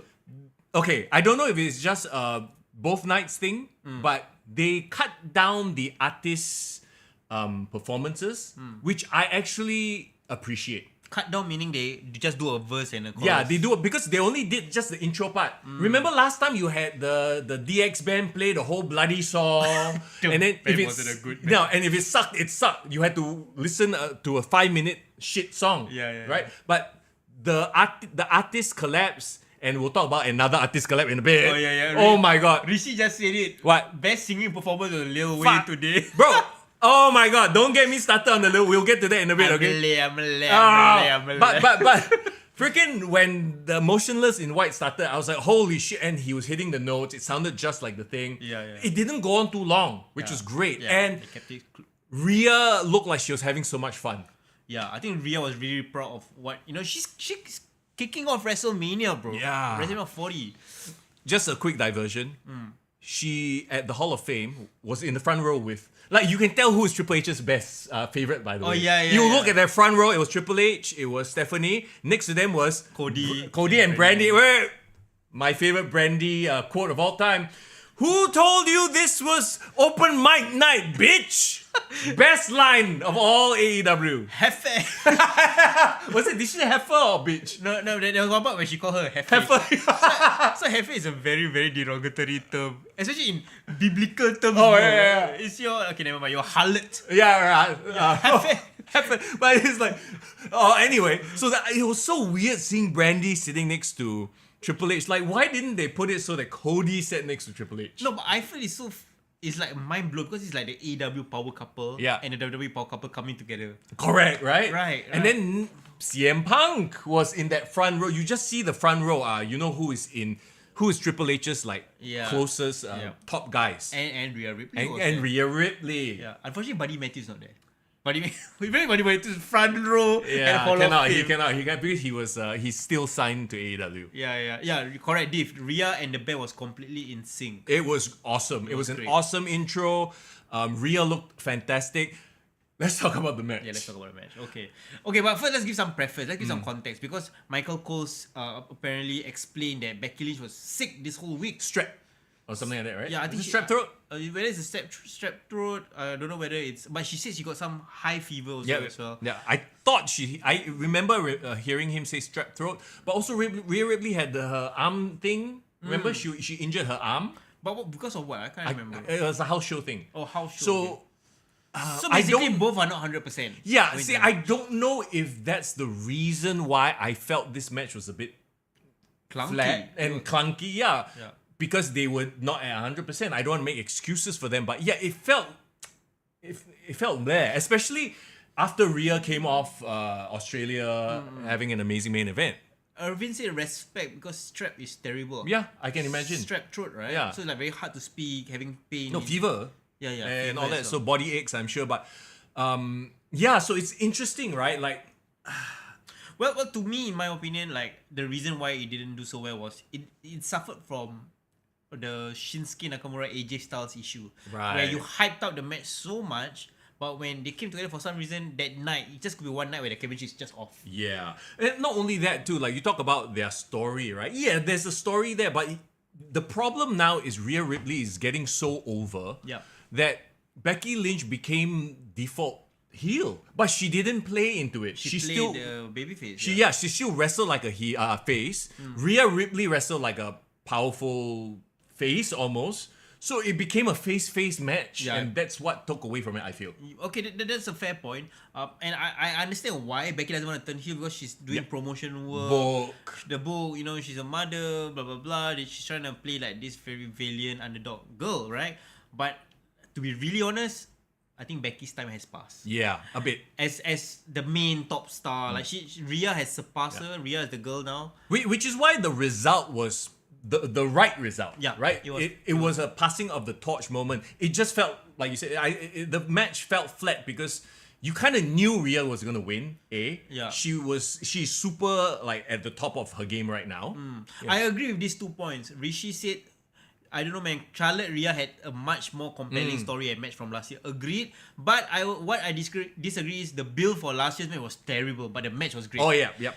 To me, this is terbalik. The bill was great, but the match didn't live up to it. I wouldn't say, I would disagree with you there. I wouldn't say the build was great. I think it was a very standard build. It wasn't anything like compared to the other builds. Yeah. I think it was just we need this match, so let's just. I don't think it was a heated rivalry or anything like that. Yeah. But like to your point, Becky's time has quote unquote her moment as the man has passed. Yeah. So it's time to pass it on to Rhea. Yeah. Funnily enough, the only power heel they have is Nia Jax. And she's a terrible worker, but you want to see her lose. So that's the crazy thing, right? Yeah. It's like people hate her for a very weird, specific reason that she injures people. But I would argue that she has improved since her return. Her promos are god awful. Her promos, I don't know, but her wrestling has improved. Not really. Okay, so is that why she's off the WrestleMania card? Her and Liv Morgan. Yeah. Poor guys. Okay, like fine. But anyway, yes, I saw backstage or on social, Charlotte Flair gave her a hug, approving of that moment. So Rhea is the woman right now. If nothing else, it has established that going forward, she's the top guy or top gal. Yeah. One of the top stars. There, one of the period, top stars, right? Yeah. But to that end, it felt a bit of it felt like a missable match, honestly. Unfortunately. Yeah, I agree, Rishi. The next thing is they need to turn Bianca into a heel. They need to build that match, Rhea versus Bianca WrestleMania going forward. But we know that Bianca probably has a date with a certain Jade Cargill first. Yeah. But sure. Okay, we'll get to that later, there you go, Rhea Ripley. This is the correct move. Actually, you know what? I'll say it right now. Every single match on this card, except for maybe the LWO match, was predictable AF. Okay. You know? Yeah, but sometimes predictable can be a good thing. It's not a bad thing. Yeah. But unfortunately, I think we've come to expect surprises. Yeah, And yeah. we didn't get any surprise today. So I don't know if this knocks a point off or not. But next match, 6-pack tag team ladder match. A lot of people on chat were saying this should have kicked off the night. Agreed. Because of the excitement, the crazy stunts. Yeah. But I still feel, okay, I get it from an excitement point of view, but I feel like you need big names to start the event. Yeah, this feels like a lower card. Yeah, Man. because Rhea Ripley is, even if they didn't have such a great match, Rhea and Becky are still marquee names. And you need names to start the show. Yeah, I agree. But funny enough, right, before the match start, everyone was talking about like how dumb it was to separate the titles. But actually, I like the fact that they are separating the titles. Really? Who say it's dumb? I thought it was a brilliant move. Like, finally, it means something, the 2 sets of belts. Yeah, okay. In the context of the match mechanics, I thought this was a great idea. Yes. Saying like, okay, if you want to be undisputed title champions, you need to win both both. belts. But if one wins one wins the other, it's fine. But you split the belt. Yeah. So it's the most logical splitting of belts I've ever seen from WWE. Yes, yeah. Praise Levesque. Yeah, it's not just I give you my title, you give me my title, and we just exchange. You know, there's none of that. So this makes sense. I'm a Levesque guy. Are you a Paul Levesque guy? I'm a Paul Levesque guy as well. Right. Stephanie married the wrong Paul. That was such a great line. Bro, Paul Heyman have always had a crush on Stephanie. Naughty, I stand by that. He still want to take chance. Naughty lah. Still want to shoot his shot. You got A-Town, Down Under, Awesome Truth, Judgment Day, DIY, New Day, New Catch Republic. Okay, first out, DIY. You know the first thing I thought when they came out? What? Stop doing this DX parody. Making them a knockoff. I hate that because there's nothing wrong with making a joke about it like on Raw. But now they literally come in with like the DX cosplay. It takes away from, because we know what Tommaso and Johnny can do. Are capable, yeah. And then now they're just relegated to this, like they're trying to grasp, it cheapens them and makes them even worse in terms of like, oh, who are these? They are just a bunch of DX tribute acts. Unfortunately, like they play into it because they think that this is the thing that's gonna get them over with the mainstream audience. No, but it's gonna make people look at them as like a cheap knockoff, lah. Yeah, cheap knockoff. Yeah. We love DX. We grew up with DX. Who are these two? They are not DX. I'm not a fan of their song. Bro, that's the first thing I said. Yeah. What they had wow. They had such a great individual theme songs. Remember Tommaso's old theme song? What was it? No one will survive. But he was heel lah. It's a very heel song lah. No, but even the Gargano's song, the one with the female voice, I can't remember. Oh yeah, Rebel Heart. Rebel Heart. Yeah, that was a badass song. It's a badass song. Why can't I use it? Money. They don't want to pay for a bunch of mid carders, bro. They want to pay for the mid carders. They are terrible. But I hope they'll find that their way back to that song lah. Like you know that Triple H and HBK love them. They're like their boys, right? So they've given them a lot of opportunities, and I'm not saying that they don't deserve it, but I'm definitely saying that being a DX tribute act is not helping them one bit. Yeah, like they need to recapture the NXT magic. Yeah. I do not know how they're gonna do it on the main roster, but this is not it. No, this is absolutely not it. Yeah. Okay, just sort of general thoughts about this match. It was a multi-man ladder match. What do you want? Yeah. They tried to tell stories, but no. It was classified in certain aspects, but it was entertaining all around. Yeah, there were a lot of there were cool big moves, like the whole air raid crash off the top rope. It's something Tommaso has done at several NXT, so I wasn't surprised he pulled it out. Yeah. There was also that very fun thing that Tyler Bate did, where he kind of put I think Finn on his shoulders, and then Finn was holding the ladder as well, and then he swung it in an F10 spin. Yeah, because the spinning ladder spot, the Terry Funk spot, we said there was going to be that spot last week. Yes, we did. But they tried it a different way lah. Yeah. So it was with Finn and the ladder. That was cool. There was some innovation, and everyone was okay with whoever was winning, but everyone agreed collectively, like, as long as it's not the New Day. Yes. No, that is crazy, right? Like, New Day are so like, okay lah, we know, we respect them, they're established, but we can't deal with another New Day title run. Nah, they're cool. R-Truth doing the hot tag. Yes, that was my favorite part of the match. Yeah. Is this a full circle moment? Because how many times has he come out with a ladder? At the Royal Rumble, at whatever. He went for a hot tag, did his whole John Cena shtick, and then got the pin. Yeah. So 1, 2, 3, and then it's like, no, they didn't win. Yeah, so I love it. And I called both winners, bro. Oh yeah. Yeah, on the Discord I was saying like, if it's on SmackDown, I think it makes sense if you're gonna push A-Town down. Yes, they need it. They need it. I think they need it. Austin needs it to rehab his so-called image. Funnily enough, right? Grayson is the one who's sort of like, as a character, I think he's slightly more over now than Austin. I agree. I think I don't know whether it's just because of the exotic Aussiness of him being an Australian and stuff like that. But I think he's a better promo. He's a better all-around character. He's more natural. You can tell Austin needed to work on it to show off his speaking skills. Yeah. So are we saying that Grayson is Edge and Austin is Randy, or the other way around? No. Well, not. Okay, maybe not it's the not. Marty Jannetty. Okay, maybe the Miz and Morrison. Sure. Maybe we are saying that right now. Okay, the cool thing about Grayson is I feel Grayson will always have the ability to do the talk show. He has proven that he can hold that talk show segment. He can be a fun person to bounce off, like how the Miz is. But Austin Theory is relying on just looks and in-ring talent. Yeah, he's selling and all that, but he doesn't connect in like. I never feel him like he can open up. In that way. True. And that's what John Cena called out. Yeah. He was being actually very candid with him. Yeah. Awesome Truth getting a title run. Okay, so Nice. is this them just giving R-Truth his moment?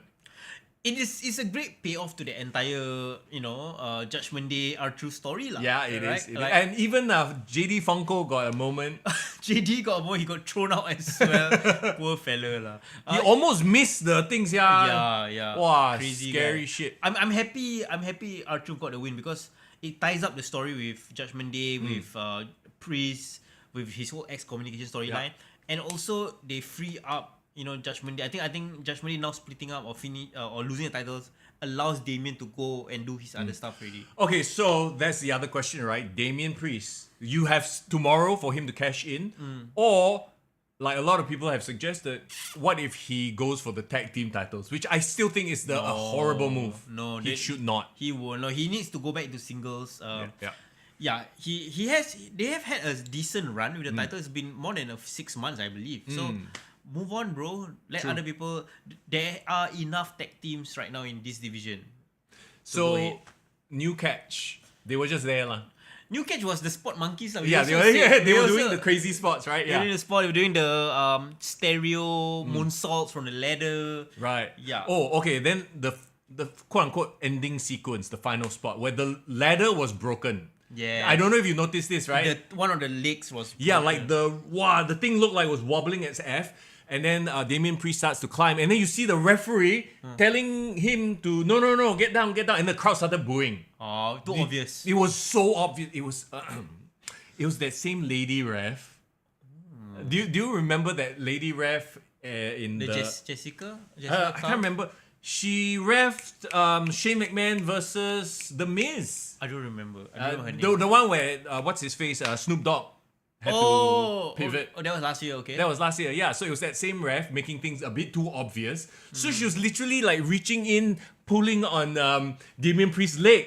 And then the crowd were like, what the hell are you doing, ref? You don't break the illusion, that's the problem. Yeah, but to be fair, I think they were really worried because I don't know if you saw the ladder was barely standing. Yeah, I don't think we'll be able to handle all three weight. And what was crazy is Miz actually came in, got on the ladder, so we were all looking at the ladder. Oh my god, is this going to be a car wreck? Yeah, but they managed to kind of salvage, like they both dropped from the ladder, right? Yeah, they wanted to do a move off of it, but because the ladder couldn't stand, they just fell off of it. Yeah, they just fell. Yeah. I think it's fine. They saved what could have potentially been a worse situation. Yeah. Edison say Priest can go and cash in on the Rock's fake title. Bro, it's like cashing on the FTW's title. Like it's not real. The people on the left can't see. I don't understand that. What do you mean by that, Irvin? Can't see what? Yeah.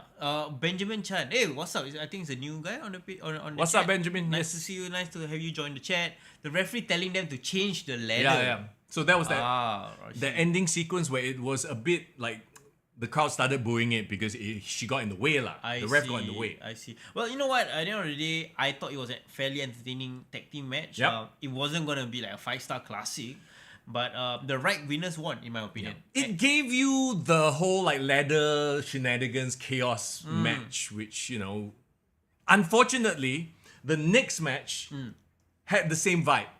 Okay. Because even though, we're going to put a bow on that, man. Yes, we will. So we got the Awesome Truth winning the Raw titles. We have A-Town Down Under winning SmackDown, right? Yes, correct. So next match is Rey Mysterio and Andrade versus Santos Escobar and Dominic Mysterio.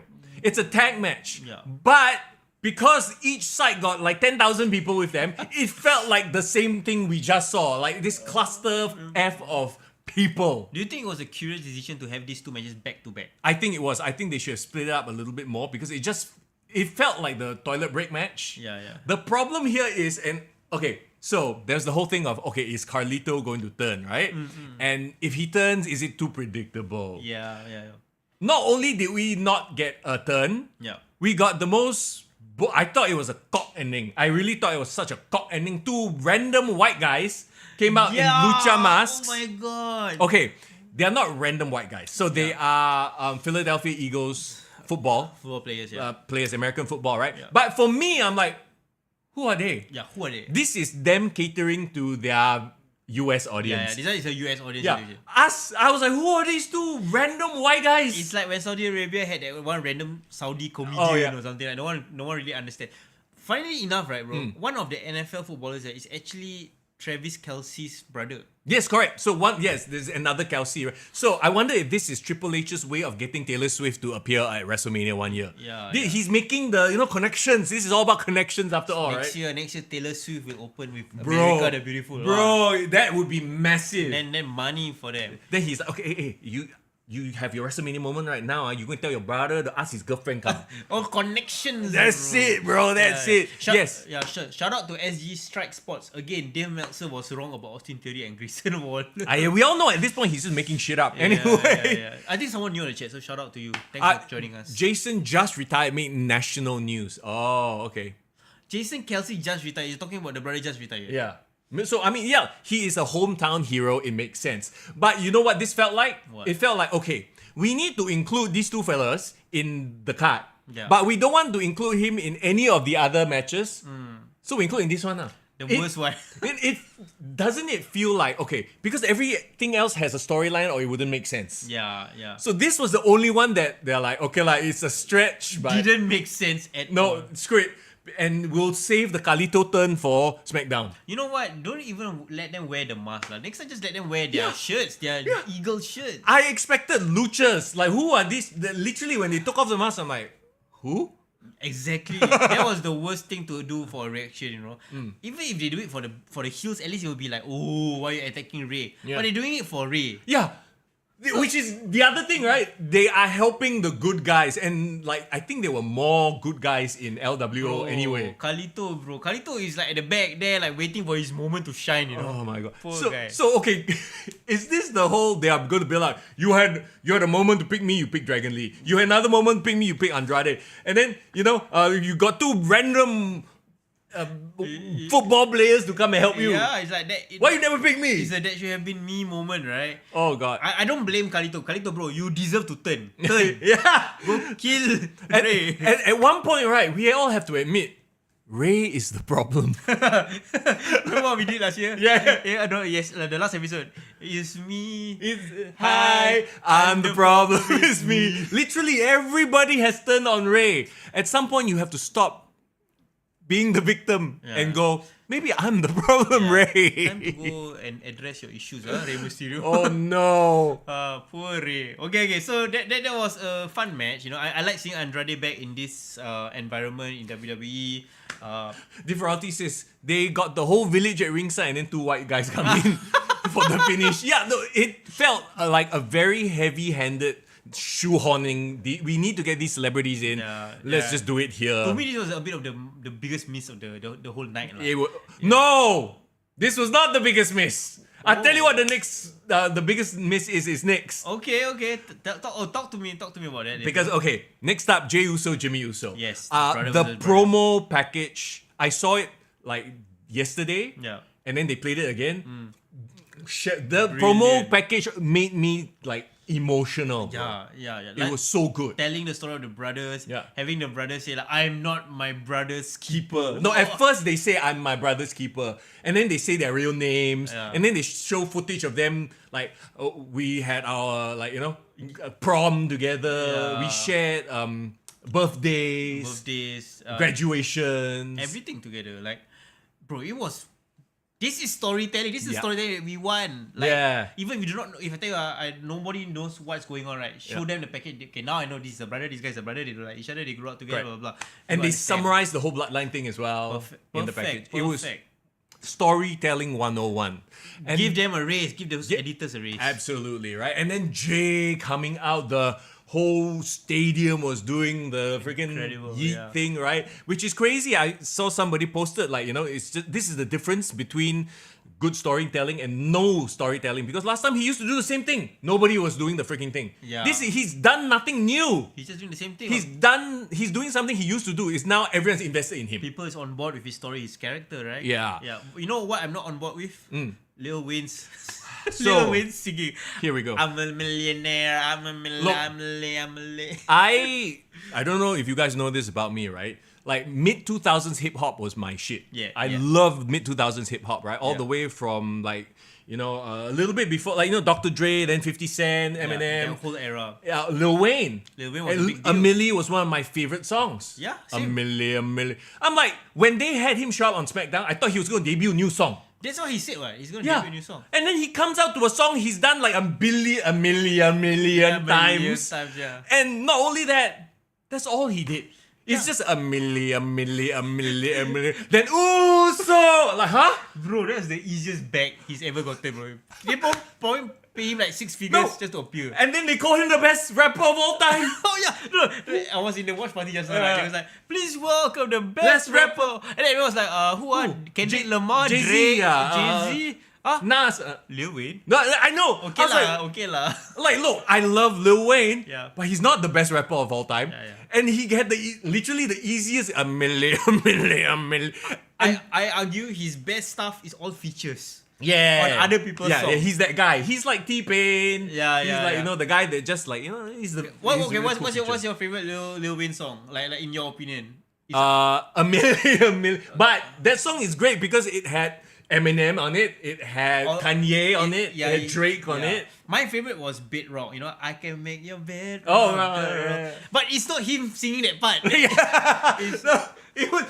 And then during Jay's actual song, he like, he still had the mic. Yeah, he said like, down sis, day one. Like what the. He think he what or not? He think he Timberland. No, he feature lah. He's a feature artist ma. So even on Jay Uso's theme song, he feature artist. It didn't make sense because unless you're saying Jay Uso featuring Lil Wayne, he has a verse. Like how no, he doesn't. Yeah, if like how Sasha Banks had Snoop Dogg. It makes sense.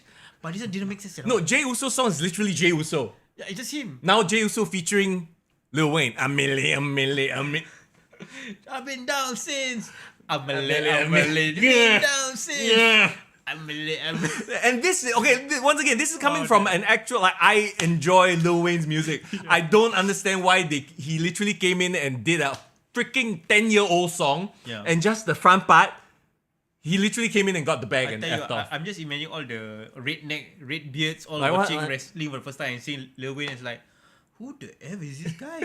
Lil Jon, shot. Yeah, at least that's something, man. I don't know, man. I don't see the link between Jay and Lil Wayne. I just hope like a real awesome rapper, like, I don't know, Kendrick or they recently had some beef. Kendrick had beef with Drake and J. Cole. J. Cole to me is my favorite rapper. Right. So J. Cole is a great rapper, and he did a halftime show on NBA, right? It was like. But that is the kind of level if they want to have rappers come. Is he the greatest rapper of all time? No, and then can you imagine people who don't know anything about hip hop or rap, right? Yeah. And then they hear, greatest rapper of all time. I'm sorry, we love Lil Wayne, but this was not the best showcase of him. We can't stress that enough because it might. I don't want to come off as like, they just don't know rap. No, we enjoy the genre. This was a terrible usage of Lil Wayne. It was terrible. But hey, if you got paid well for this, Shout out to him. Yeah, and he just kept shouting, "It's you! Yeah!" Like what? It's just me. Yeah, it's you. It's you. It's just me. It's you. Like, if he had a verse, at least something. No, he's just reacting to the song. We are spending way too much time talking about Lil Wayne. Let's talk about it. To me, that was the biggest miss. Forget about the 2 random Philadelphia Eagles players. That one I get because hometown, sport. Lil Wayne was the biggest miss of this whole damn thing. Yeah, it's so sad. Okay, so what I predicted and what I feared came true in that we always say, right? We love the storylines that the Usos have been in, but every time they're in a match, I lose interest. Oh, yeah. And for whatever reason, this is where the dude advertisement came out. Whatever reason, right? And there was a spot where it looked like Jay got injured. Oh, really? It was a Samoan drop, but instead of going down flat back, it looked like he landed on his shoulder. But from that spot on, they just looked like they were just trading super kicks left, right, and center. That super kick party spot was like that was irritating to me. No, and what was super irritating, and this is my big gripe, right? When in a lot of AEW matches they do the I punch you, you punch me, punch. Oh yeah. I hate that shit because it's stupid. They did exactly that. They were like, "Come, super kick me," and then he super kicked him. I'm like, why would you let somebody kick you in the face like that? I openly told Saleh, like, I cannot. As a Shawn Michaels fan, this broke my heart. Yeah. Bro, super kick stand out. Super kick stand out. Bro, I tell you, Irvin brought up this very good point. What? Shawn Michaels, he's not super kick, he's sweet chin music. He stomped 3 times. You stomp, you charge energy into the foot.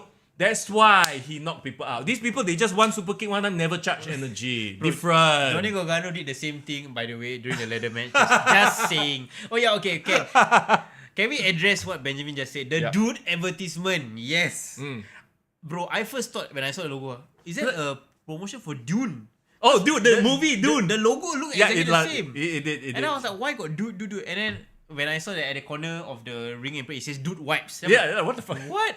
So if their intention was to get us, like I said just now, to Google it, they did their job. Yeah. Because I did. And you notice they didn't say, the commentators didn't say this match brought to you by nothing. There was no promo. It just appeared. Yeah. I wonder if there are metrics. They will announce, 1 million people visited the website or something like that. I would love to know the metrics on that. I would love to know, like there's conversion rates, whether they know. But one thing that was so funny, if you guys are on Twitter or on X, please follow WWE Creative Humor. Because one thing that they said, right, that was hilarious was the fact that this match was sponsored by basically S-Wipes, essentially. And it features 2 brothers whose father's best move was known as a stink face. Yes. Was the best part of marketing synergy that WWE has ever done. Do you think that was done on purpose or what? I like to think that it was done on purpose, but maybe they might just fell ass crack on this. You know what I mean? like, what are the odds, bro? Yeah. But it's hilarious. Like, okay, no, the dude thing came up again later. Yeah. But still, okay, I like that little bit of synergy. So I wonder if injury played a part in the match being a little bit like, what's going on? They're just essentially trading punches and kicks. Yeah, agreed. And also another thing, I also felt like, in my opinion, if this match was to be done, Jimmy should have won. Yes. Only to build up Jimmy to the same level as how Jay has been pushed. So what really annoyed me was Jimmy even did the whole "please don't hit me." So that was the drama moment. We were expecting a story cinematic moment, right? Like, please don't hit me. I'm your brother. So I thought, okay, this is how Jimmy's gonna win. He will ref not looking, or he'll small package him, do crazy shit to make use of his brother's good nature. Yeah. But Jay still won. Yeah. I maybe they're just putting a bow on it. Like, okay, you guys had your match. Let's move on. They don't want to do anything. Because if Jimmy were to win, it would continue, ma. Agreed, yes. But I would argue that Jimmy losing completely shotguns his momentum. Like, he literally has no momentum anymore. He's always been a lackey. He's already been treated like a lackey. And then now you have this so-called featured match, marquee match, where he lost decisively. Okay, so right now he really looks like a lackey, a complete lackey. Complete lackey, and Jay Uso is like a star. So if their way to separate them is to make them look like one twin is better than the other, they've done their job, lah. Because Jimmy's a complete chump. Yeah, which sucks for him, Yeah. Like, you could have used the whole he tricked him as an excuse to let him win. Yeah. even, because he cheated, right? And he preyed on his good nature. Yeah, to me that was the story. Yeah. Prey on the nature, take advantage, and then say like, oh, see, I'll smart smart you. you, I'm still ha, the ha, ha. better brother. Yeah, then they can have a follow-up match, maybe in a cage, whatever. They can escalate it. Yeah. But unfortunately, for whatever reason, that's the end of it. Yeah, and the surprise that Solo didn't even appear at all. Bro, I think Solo, you're right. Now Solo gonna punish for sleeping at Hall of Fame. I think who to sleep. Don't sleep. I know Thunderbolt was boring. Cameras on you, you don't freaking fall asleep. Like kena caught in parliament. Oh yeah. So okay, I was a bit disappointed in this finish right here. I agree. Let's move on to the next match. I love both entrance. This is the match that the entrances were awesome. Yeah, I'm surprised to say that I really enjoyed this match. I'm really even like everything from the entrance and even the match itself, like how it was laid out. But yeah, let's talk about the entrances. Damage Control came out. It was like a full on Japanese culture showcase. Yeah, they had were they the geishas or whatever? Geisha with the mask. Yeah, I think you know what it is. What? The three of them, Dakota, Asuka, and Kairi Sane look amazing. Yeah. Kairi Sane emptied out the entire supply of hairspray in Philadelphia because her hair was like BAM! Maybe she was channeling Bull Nakano lah. Yeah, maybe. I'm surprised none of them did the flat top hair. Asuka had like black colorations to her face mask, look very creepy and scary. Her Kana gear was amazing. The face mask, the clown mask was awesome. Dakota Kai had like slightly darker. Even we all know, we said this before, right? You turn heel, must have darker makeup. Look sexy. Not gonna lie. Woo! She looked hot. Yeah. I've always thought she's pretty, but like today she's hot. Yeah. Okay, and then she got into the ring. And she was hot. Yeah, but anyway. Anyway, can we talk about the X-Men tribute that they did? Okay, so we were trying to figure out, was there an X-Men tribute? Because you know what it felt like? Yeah. It felt like one person didn't get the memo. Yeah. Because, okay, you had Bianca Belair looking straight up like Cyclops with the visor. That was so dope. You had Jade Cargill with the, her literal nickname is Storm. She starts channeling Storm. Storm. And then Naomi wearing hat, looking like Raiden from Mortal Kombat. So I'm like, hey, wrong franchise, huh? Yeah, I say like, is that Raiden and Kung Lao? Yeah. Is this supposed to be X? Okay, so I hope somebody explains what the hell was Naomi's gear. Yeah. Because 2 of 3 was good. Yeah. They should have, I don't know, man. She should have just had Wolverine or some shit. Maybe we were overthinking it. And Jade and Bianca, not really X-Men, but we just, because of our own biases, our own nerdiness. They are X-Men, come right, on. Right. The visor was so obvious in X-Men tribute. Yeah. And then you had Naomi like, you didn't get the memo. We're supposed to cosplay X-Men, not MK or whatever the hell you're doing. Pascal was saying Solo still camping under the to now. He's waiting for tomorrow. He's hiding until tomorrow. He's like, those guys you late night then the next day got work just stay outside just go to work, go to office, sleep at the office. Yeah, go to office straight. Oh shit. Okay, so the match itself, it was once again very obvious what was gonna happen. Yeah. Even down to the finish, you knew that Jade Cargill was gonna get the pin. The hot tag, right? Yeah. You're gonna have Naomi selling. Yeah. You're gonna have Bianca kind of becoming like the one that brings the match together, the glue. Yeah. She did an awesome spot where I think she did like a triple, like she jumped over the 3 of them and she did Moonsault. the moonsault. Yeah. Yeah. That was dope. And the hair whip, bro. Oh. I haven't heard that since Sasha Banks kena whip, right? Yeah. It sounded like a gunshot. It's scary, yeah. It is. I think she legitimately will whack people with it and it hurts like hell. Do you feel bad, right? That this Damage Control essentially were 3 jobbers here. I don't they were there to make the other 3 look good. But they needed to. I mean, they clearly they're putting over Jade Cargill. But yeah. Did you see, like, I can't remember whose entrance, I think it was Bianca's entrance, the music was playing, right? Then Asuka and Kairi Sane were dancing in the ring. Oh yeah, Asuka joining in and dancing. Yeah, I was like, I think they're trying to troll, but I'm a bit, and we've said this before, I'm a bit over this whole, Asuka and Kairi Sane being weird and making a lot of extra actions. Just because you're Japanese, you have to be over the top and zany. Right? I want them to be just cold and badass.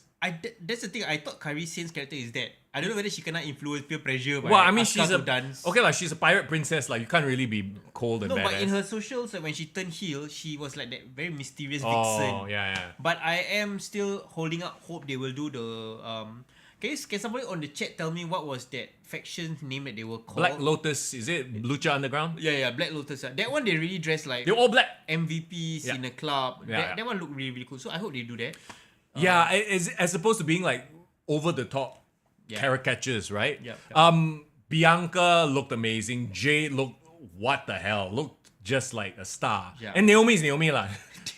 Somebody said this was a AEW, TNA, and WWE super team. Right? Oh yeah, that's right. Essentially, it was. Yeah, Jade is usage in this one was so well done. They know, give her in small doses, let her do all the big moves, let her get a pin. She's basically a positive Goldberg. Yes, positive Goldberg. No, that's exactly it, right? Jade had very little to do, but when she did what she did, it was impactful because she picked up the win. Yeah, agree. Pascal said Asuka never recovered from losing to Charlotte WrestleMania 34. I'm still not over that because she was unbeaten for the longest time. Had a great run.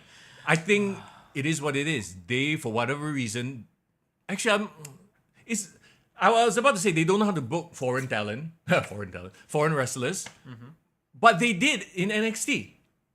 And it's Triple H. So I don't know. Maybe now they're just sort of wrapping things up, trying to give Jade the push. Maybe next post WrestleMania Damage Control will. I don't know. Yeah, I don't know. But Div just explained Black Lotus Triad. They're assassins. There you go. Yeah, they should be booked like assassins. You know, make them the assassins. Like female Shield members, lah. Yeah, they should. But they need a better look. I know you like Dakota Kai. I think she's not great on the mic. I don't think she's a good promo. I never say I like her on the mic. Okay. I just say I like her. Oh! Anyway, all right. Let's continue. So yeah, very obvious winner here. The next one, okay, this one legit. The promo package got me misty-eyed, and not just the promo package, right? Everything in terms of the entrance. So we talked about how every event now they have a follow from back to front to entrance camera shot, and then they had the son and wife backstage. That moment got to me, bro. I was like, oh my god. And then it's talking about. Okay, when he first won that gauntlet match and beat Chad Gable, everyone wanted Chad to win. Sentiment actually turned against him. Yeah, sentiment turned against him. But they did such a great job in the last 2 weeks to swing it back in their favor. Bro, to your point, right? They've had one of the least builds for this very matchup, and somehow they made it emotional. Yes. That is not just testament to the storyline, the production, but Gunther and Sammy sort of telling that story. Yeah, I think the smartest thing that they did was to get Gable on their side, on Sammy's side, become his trainer.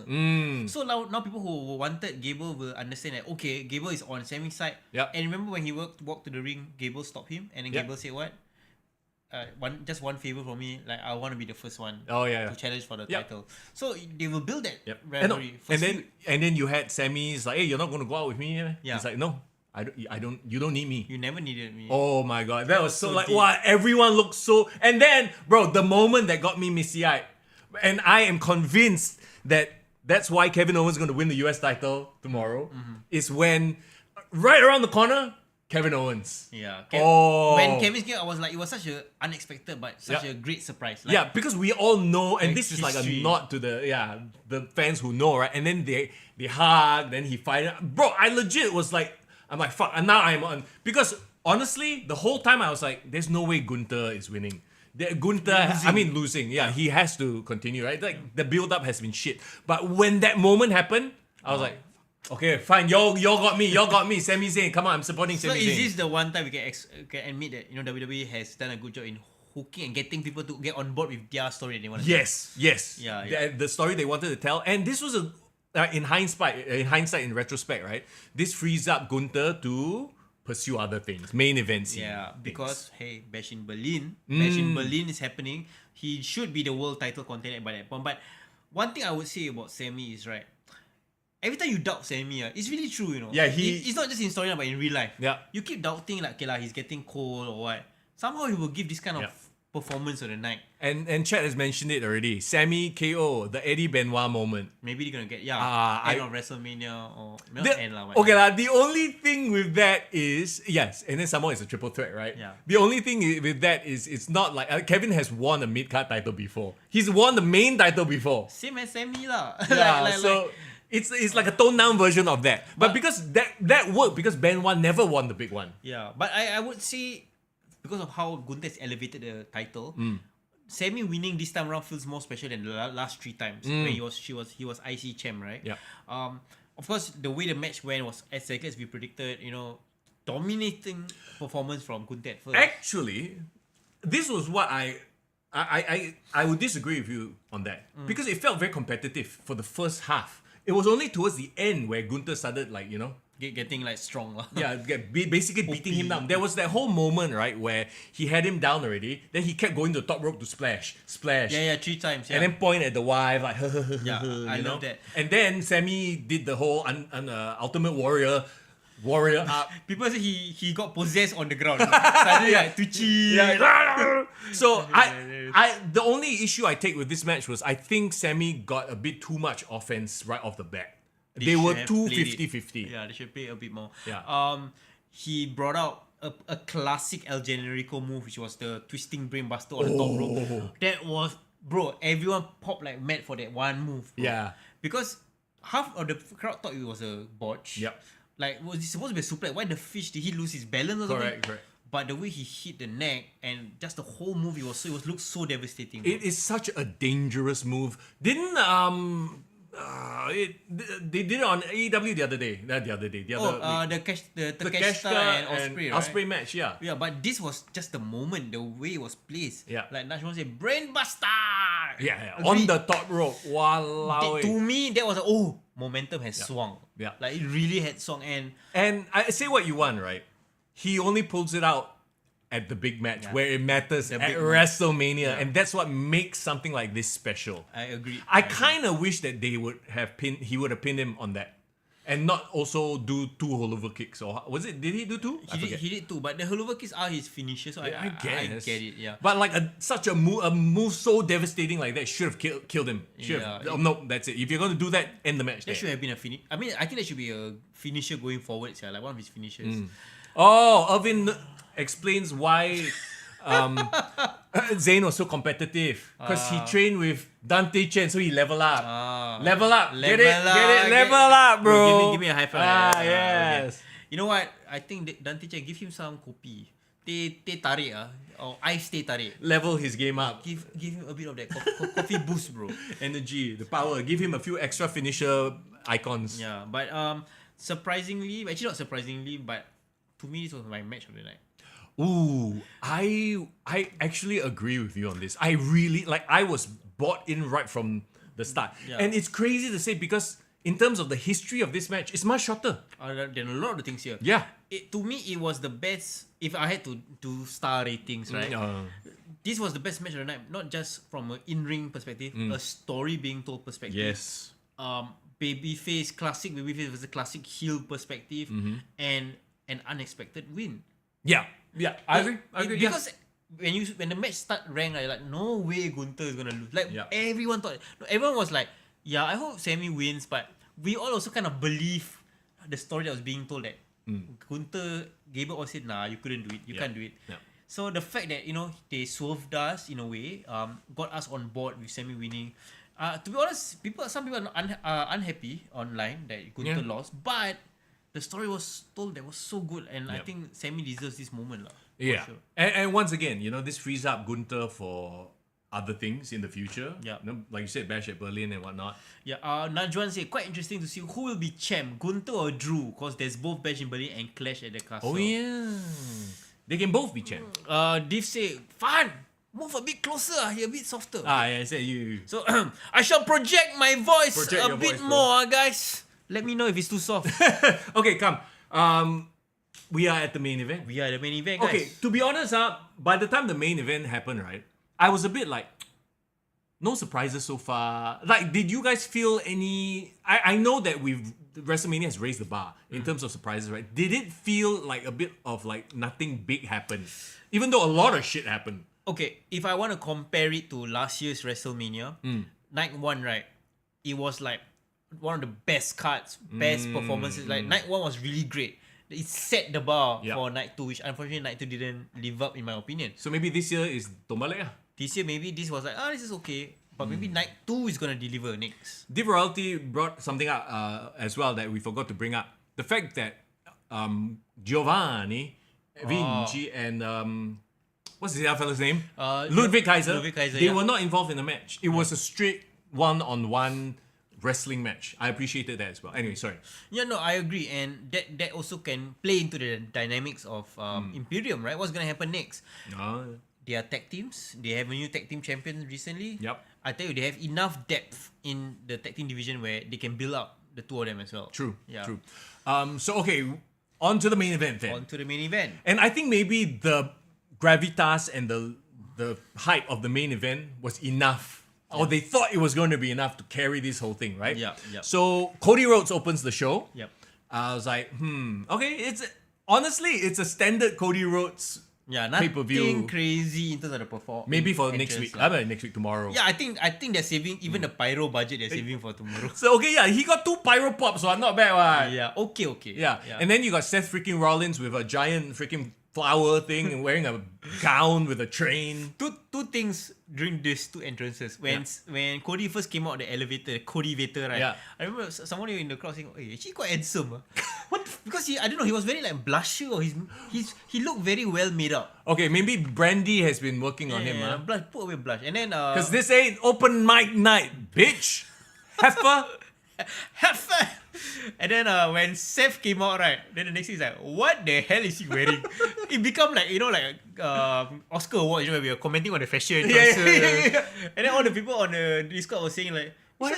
This is still from Becky again? No wonder Becky jealous. And you got the big ass glasses with a giant flower on the side. Someone with a random flower like Quasimodo. Giant growth on his neck. Like a growth on the neck. Wow, it was. So they look cool. They all look like superheroes. They had their superhero uniforms. Yeah. And then you had the final boss. The super villain entrance. Bro. He is leaning so hard into this final boss thing. Love it.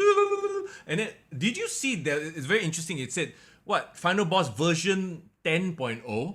Maybe it's like all these different gimmicks combined. Is that like the 10th gimmick change or something? There's some sort of reference there. And also another thing, I feel like there was a lot of Attitude Era references. I saw a lot of Gangrel in that Oh entrance. my, yes. So that was the first thing I said when you saw the fire, right? Yeah. Because they didn't do the top-down shot yet. So you only saw fire. So I'm like, is he going to rise up from fire? Yeah. But no, he walked out. It was the Rock logo set on fire. Amazing. And then when they did the top-down shot, then you can see. Yeah, and I don't know, there was like Terminator references, this final boss. I don't know, like it was just too much. Yeah. It's like somebody said, here's $1 million.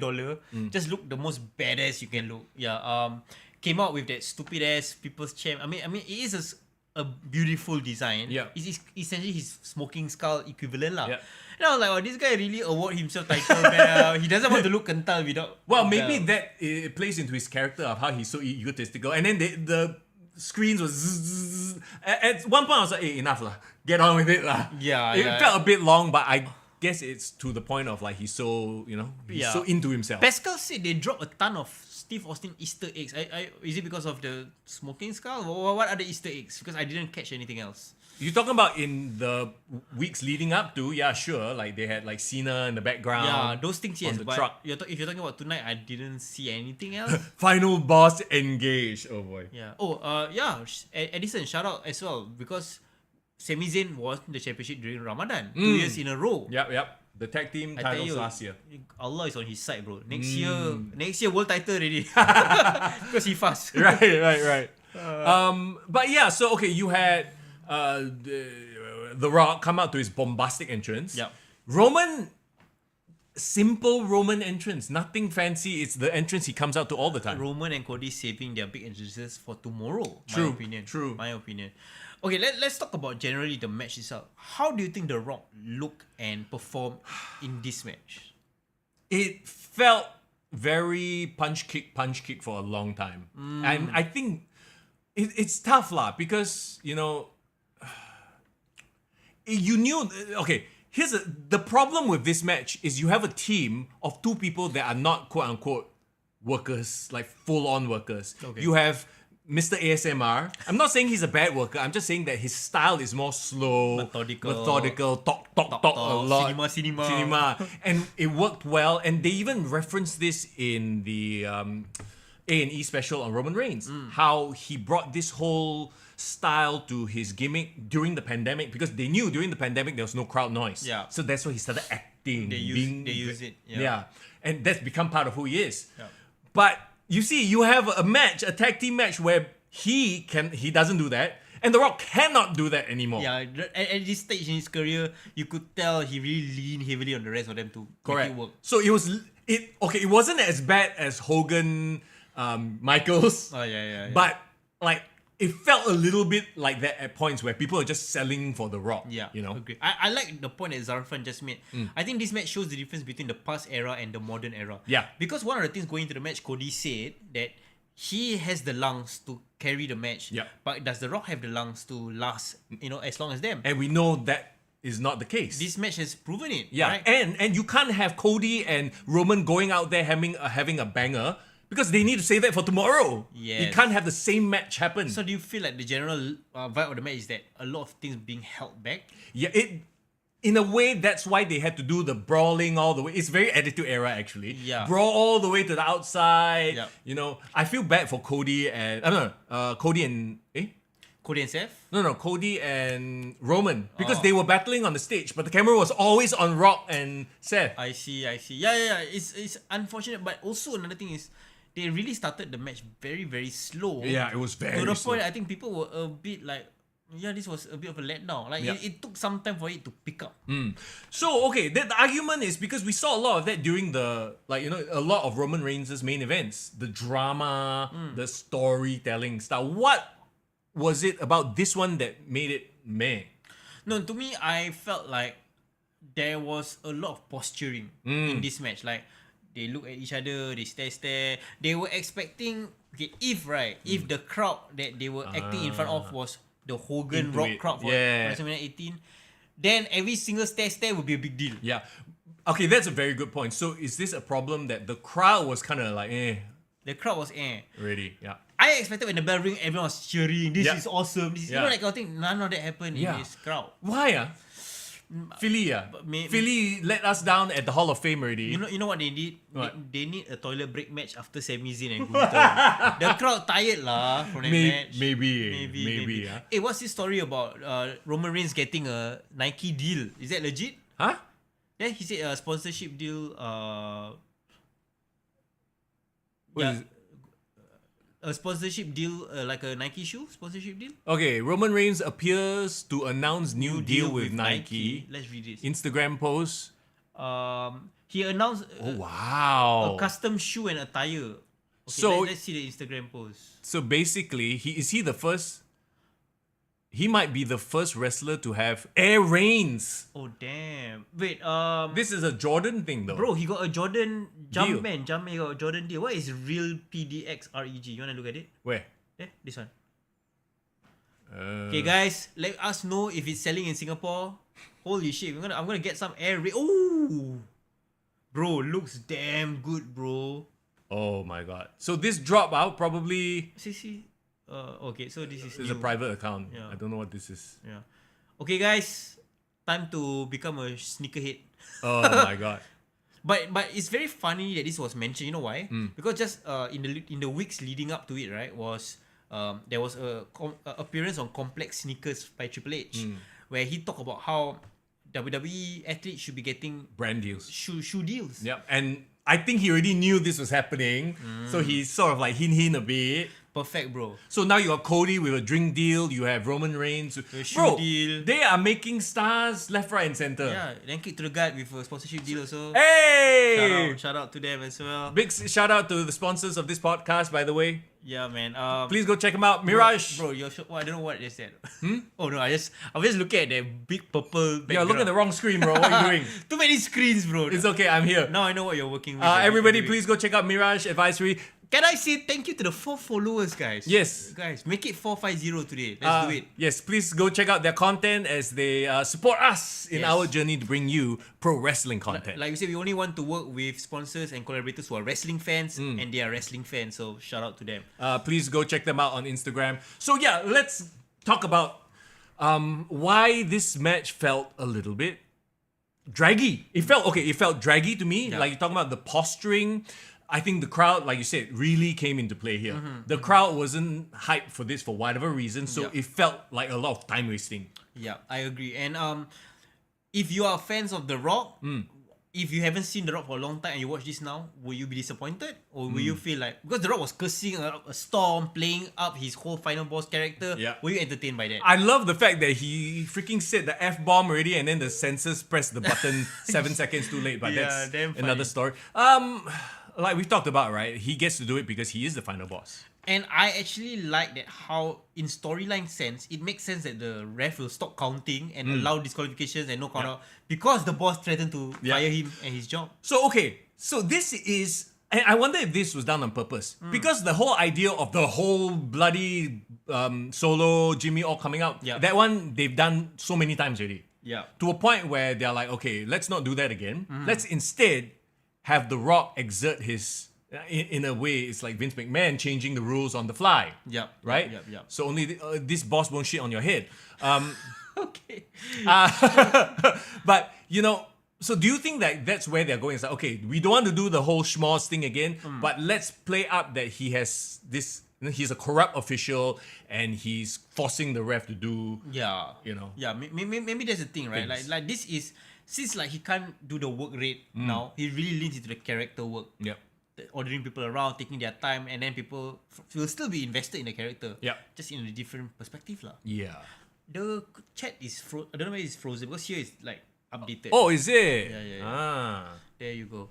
So okay, other than that, while Young fixes that, talking about Seth and Cody in this match, did you feel like they played the role of the baby faces well? Like, do you feel like they managed to carry the end of the bargain? Like, because a lot of so-called new fans or casuals coming into this will be seeing Seth and Cody for the first time. Correct. I feel like because Roman and Rock's characters are so big, right? I don't know. I feel like, it's interesting you put it that way. I feel like if you didn't watch Raw and whatever leading up to this, right? You might not feel what the big deal is about Seth or what the big deal is about unless Cody. They watch the Raw, the Bill and all that. Yeah, unless you have the context. But I feel like if you're coming into this just solely on this, right? You might be like, oh, okay lah, they're okay, but what's the big deal? Like they didn't, I guess... They didn't do anything to show out and show off lah. Yeah. I was expecting like a Phoenix Splash from Seth Rollins. I was expecting some crazy shit. But then again, that's the other thing we were talking about. It's also because of the people they're working with. Yeah. You notice everything involving The Rock was either selling punch kicks or one or two flat back bumps. That's it. There was nothing different. Because he can't do it. Maybe he has something in his contract, like the Vin Diesel. Oh my god. Cannot punch me or make me look bad. Oh shit, no. X amount of punches or X amount of bumps at the end I would think. Yeah, and that's the other thing too. Yeah. There were moments, and Zarifi mentioned it, like how he got booed, or Cody got booed when he stopped the People's Elbow. People wanted to see those moves. Yeah. The Attitude Era fans were like, yes, let's see the People's Elbow. Let's see the rock bottom. Zarifi brought up a great point. And guys, I want to hear your opinions as well. Like, who do you think had the better performance? Stone Cold at WrestleMania 38 or The Rock's match so far? I think Stone Cold at 38 because everything was sort of built towards him having his moments, doing his greatest hits. He wasn't in a full-on match. And he was actually with Kevin Owens. But Kevin Owens just sell for him only. So that's the thing, right? The problem is, right, usually the heels always sell for the baby faces. But in this dynamic, right, baby faces selling for the heel is a bit weird. Yeah, a quote-unquote legend returning heel. Yeah, I don't know. It's very interesting. But yeah, I would love to hear other people's thoughts on it. One thing as well, like the crowd booed Cody after he reversed the People's Elbow, right? But he eventually won over the crowd, in my opinion. He did. Especially, remember... Get closer to the mic. Yeah, especially when they all kena whack.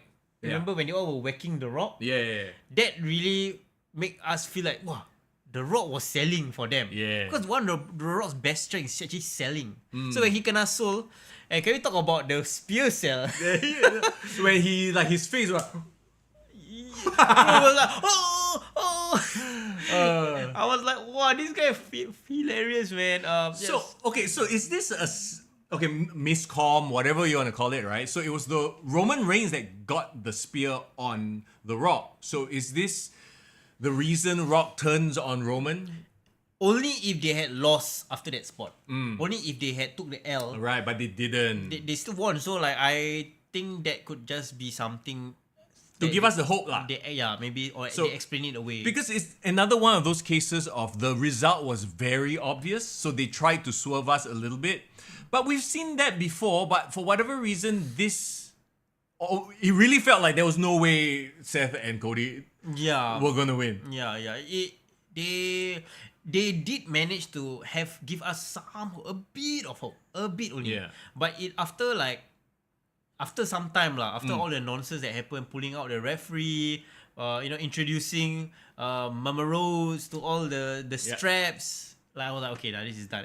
And he was telling and ordering the referee around as well. So was it overbooked then? Is that what makes this a little bit like, I guess disappointing is the way to call it? Because no surprises, it was very clear who was going to win. Yeah.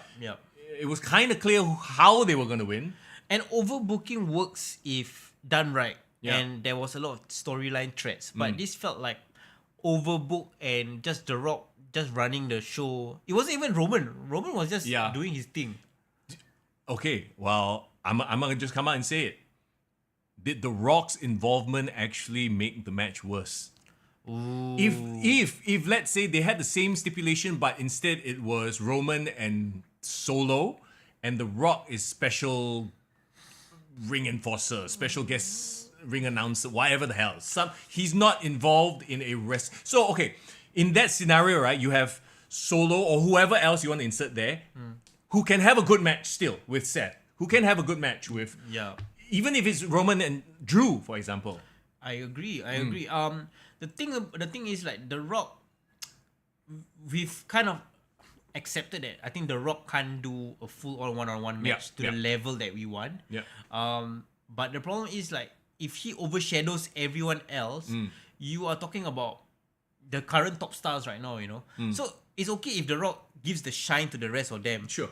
But he's not giving the shine, he's overshadowing. Yeah. So, okay, let's just put it out there. Did this match live up to the hype, or was it a disappointment in your opinion? I think there were a lot of things working against this match. The hype was too high. Okay. And I feel like it didn't live up to the expectations. Honestly, what could you have expected from this match? Everything that we expected happened, but no surprise. This is a case of it's predictable, but it's not a good predictable. Yeah. Like it was okay lah. Like we wanted to see everything that happened, but we also felt like there should be more. Jimmy and Solo. Yeah. Why were they not involved? Is it because, like I said just now, they didn't want to do that, rehash that whole thing again? Maybe because Bloodline Rules is tomorrow, and then they can introduce them as Bloodline Rules, so they can kind of separate it out. Yeah, so they don't overdo the whole schmoz thing. Yeah, or maybe they're trying to showcase that, Roman and The Rock is OP, so they don't need anyone to defeat them. Well, and then you realize actually he need to cheat to win lah. Yes, he correct. need to exert his power or whatever. Yeah. Roman is up there, so need someone else up there to partner him. Solo J all in is his minion. So basically he's saying that Roman is like the top guy. They need another top guy, so we can become a super team lah. I think a lot of it also has to do like what you said lah. Rock really overshadowed a lot, and unfortunately Rock is not in his athletic prime. Yeah. He overshadows, but he can't deliver. So therefore the whole thing is kind of flat. Pascal said, my biggest gripe is that it already felt like Bloodline Rules. Yeah, no, that's what Michael Cole said on commentary. Like, this might as well be Bloodline Rules. The way it was going on. Yeah. My favorite part of the match, I agree, is The Rock selling that spear. That was, to me, the funniest thing. Okay, so hilarious. I think that also, in a lot of ways, right, The Rock was best. He was a great heel because he sold a lot and he was very emotional and like comedic almost in his sells. Yep. Is it because now he's an overpowered heel?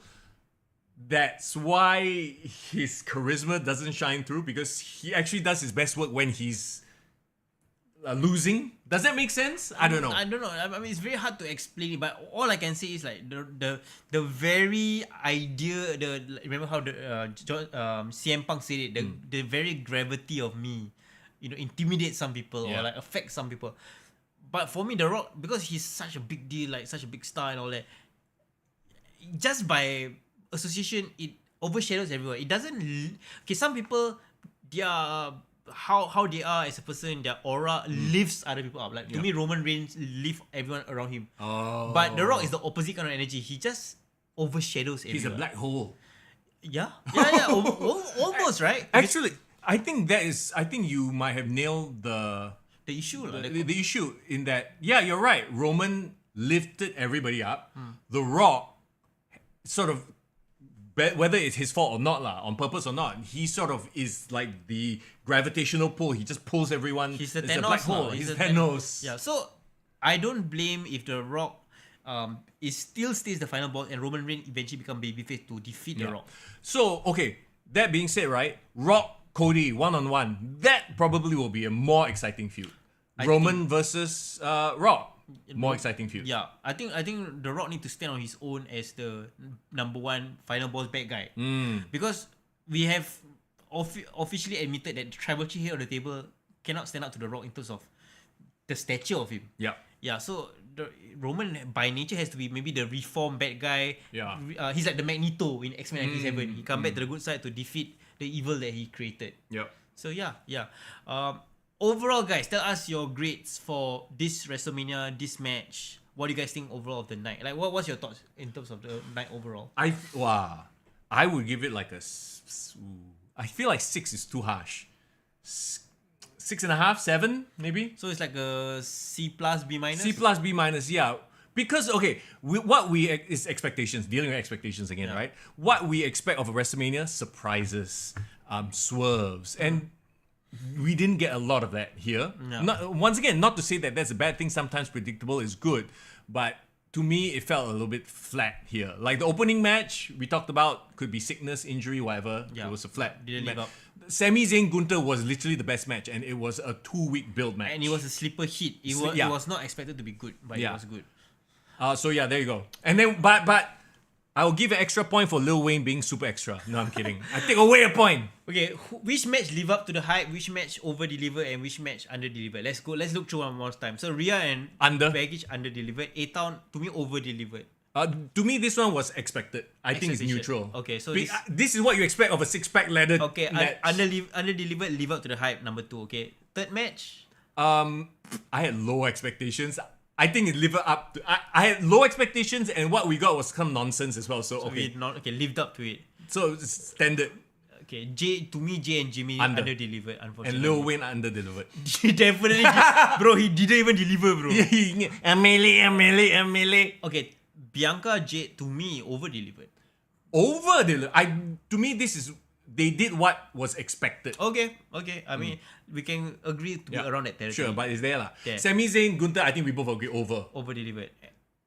The Bloodline under because of the expectations and how they were so high. Yeah. It was still a fun, entertaining main event. Yeah. Definitely people were invested, but it was just missing that. It wasn't the greatest tag team of all time match. Yeah, for sure. And crowd. Let's not forget. Yeah. The crowd played a huge role and they were kind of flat as well. Yeah. Even Carlito didn't backstab Ray. So, under-delivered there. Well, Papa H said that WrestleMania got a new story after WrestleMania. Well, I mean, that's what always happens. There will always be new stories, sure. But as an event as a whole, I just feel a little bit bad that they didn't capitalize on all the extra eyeballs. Yeah. Wait. Johnny Autism Wrestling said, I'm pissed off people are saying Cody going to win tomorrow. They don't know shit. Do you see what happened tonight? And John Cena and Stone Cold not involved. They weren't even mentioned in the story. Huh? Okay, basically he's saying that based on how the story is being told, the bloodline feels like they will still continue to reign even after. So Cody won't finish his story lah. So I think basically the doubt is being created lah. Okay, wait. Saleh just said AEW just announced Young Bucks presenting backstage footage from All In London for Collision. What is this story, Tony Khan? So they're probably doing a backstage skit, bro. How much you want to bet they're going to do a backstage skit? How much you going to bet they're going to underdeliver? Yeah, this one confirm under-deliver. Look. First of all, why would this, if this is going to be like a real thing that you're going to share, why you put it on your TV? What's the point of that? You put it on TV. But why you put it on Collision? Okay, people to look at Collision. Bro, this is a backstage skit. I guarantee, okay, this is my prediction right now. Backstage skit. That's what it is. Okay. If not, then I will watch Dynamite for a month. Okay, and you know what a painful. You will review Dynamite. I will watch and every minute. Give you your thoughts on Dynamite for the next 4 weeks. Yes, I'm gonna guarantee you that is a skit and it's gonna be lame as shit. Oh dear God. Okay. Well, at the end of the day, maybe that's their way of trying to get people to care about EW. But you know what? Make themselves relevant. Stop it. I don't need. I hate that you even brought it up. Poor Salih. I'm kidding. Okay, Div J, I think the final boss persona ruined the main event, but I'm not a Rock fan to begin with. People are tired from watching wrestling already. I don't know if ruined is the right word. I think overshadowed is the spot on thing. Speaking of overexposure, I think we can all agree that this event definitely delivered in some ways, under-delivered in certain ways, but do you still have enough bandwidth? They always use it in corporate terms, bandwidth. To finish. I do for night 2, right, of WrestleMania, which is going to be amazing. Look, at the end of the day, we know that Seth and Drew are going to bring it. CM Punk is going to be on commentary, and that's going to be awesome. Actually, night 2 might be the better show. The better show. I mean, we have the Pride versus the Final Testament, which, oh, good God. What if that over-delivered? It can only over-deliver because I have nothing but bad things to say. Actually, okay, I take that back. I saw Karrion Kross's promo on Smackdown. Was it the one when he was sitting on the stage? No, it was a backstage package promo where it feels like they let him just stop, and it was quite good. Oh, I wish this was how they presented him the entire time. Send the link, bro. I need to check it out. But so you know what, guys, we are gonna be here tomorrow, same time, 11. Hopefully, still alive. Yes. I will be streaming 7 a.m. night 2. So if you are waking up early, I hope you guys don't leave, by the way, or take MC, because 7 a.m. to 11, I will be doing the live stream on my Twitch account, okay? So this is what we have to look forward to, just to give you a rundown. Seth versus Drew, Pride versus Testament, LA Knight versus AJ Styles. Yeah, on site. I actually have very low expectations for that because AJ Styles has somehow under-delivered every WrestleMania. But we got LA Knight, so maybe this is his moment. Logan Paul, Randy Orton, Kevin Owens. I think this can only over-deliver. Io Sky, Bailey, don't have high hopes. I would say I have high hopes because Bailey and Io, they can bring it. And Roman and Cody. Remember last year's match? Was great. For all that happened this today, night 1, I think they redeem themselves tomorrow. I know it's Bloodline rules, which means The Rock's going to be involved. Solo. Tama Tonga, John Uso, Mama Rose, Mama Raw, everybody will be there. Cold, John Cena, bro, Avengers lah. You can't tell me Rikishi was at the Hall of Fame, right? That means he's in town, right? As if he's not going to be there for this. Confirm Haku is going to be there. I agree. Okay, everyone also agrees that the Philly crowd wasn't that good. Philly cannot make it. The crowd will have been so much better overseas, and let's make it happen, man. Let's give WWE a reason to go overseas. Singapore, STB, please. We shall make it work. Hopefully. So okay, one last piece of business before we wrap things up. First of all, let me just say tomorrow's stream. Be here for tomorrow's stream because we are giving away not just the WWE 2K24 digital code of platform of your choice. So you want PC, you want PS5, you want Xbox, also can. Wow. Yes, of your choice, okay? So good, Mr. Young. Not just the game, but also, come, we share the spot here. There you go. The very special WWE 2K24 kit, the box. I want to show you. So this is like the apron, right? Ring apron. You see, open up the apron, you pull out that one. Ooh, there you go. It's not ladders or chairs. It's a game. No lah. Oh, it's not a game. What is it? Oh, it's the VHS like case. Nice. But is it inside? Is there anything? No lah, there's nothing inside lah. Oh, it's just a vibe. So, but this is for the nostalgia. Like you imagine WrestleMania 1, people watching it on VHS tape. Nice. Right? So this so-called giveaway tomorrow is only for our Patreons. So if you are not on our Patreon, join us. We will make an announcement post on our Patreon tonight about the contest. We can let them know what we want lah, basically. So essentially we are gonna ask, what would you call this current era of wrestling right now? What would you call it and why? Okay, best answers tomorrow. We will announce it on tomorrow's stream, and you guys will get this box. Which, by the way, check this out. This is the metal. Solid one, metal plate. For the cover star, Cody Rhodes, 40 years of WrestleMania, metal plate. Love it. There's a glass glass, is it like a plaque? Title plaque I don't take the whole I thing. don't take it. No. You go to my Instagram. Go to our Kick the Gut Instagram to see. I did the whole unboxing there. Yeah. Okay. So this is for our Patreon. So if you're not on our Patreon yet, join us on the Patreon page. Bro, I can be a ref, bro. Special guest referee. Oh, but I cannot. We're giving this away, lah. Did they choose the shirt, like the shirt size, or they? No. This is standard. What size is this? Large. Maybe they just give a random large. Large is large. Can No problem. Okay, so yeah, join us. Become a Patreon member. Patreon link is on the description below, and you go watch out for the announcement post for this, the contest post, and then send your comments there for all Patreon. Yes, once again, all this swag plus a copy of the game. Yeah. So shout out to all the people who are currently on Patreon. You guys are in the running. Just give us your comments on the announcement. If you don't play the game, then you win the game code you give to somebody. Yeah, it's up to you. Yeah, Div, you just get the box and give the game code. I leave it up to you. So we want to do something special for those of you who have supported us, from day 1 or day 5 or whatever. Yeah. You guys are keeping the lights on, keeping us doing this for 7 seasons in, and screw people who tell us 7 seasons, I still don't know anything about you. Never heard anything about you. Huh? Some people say that on Instagram. Yes. Don't know anything about who? Us.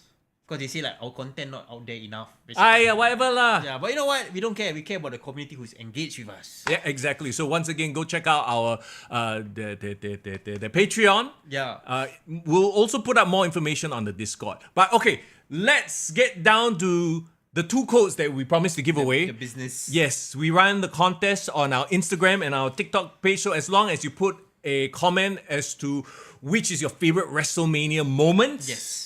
You are in the running. So first of all, let's take a look at the TikTok entries. All right. We are going to do like a virtual spin. That's right. So everybody who put in a comment is already on the wheel. Yeah. So we're going to do a little wheel of fortune. I'm going to load it up so I can read the winning comment in just a moment. But when we read the comment, it must be a good comment. If the comment are good, we can decide. What? If the comment is, I like The Rock versus Hogan, full stop. Then no lah, must give story ma. This foreigner, he's pulling final boss shit. The Rock right here, bro. No, let's see. Muhammad Daniel, I'm gonna pray for you as well. Let's see whether you here we go. This is the first one. This is for TikTok. This is for the TikTok side of things. And the winner is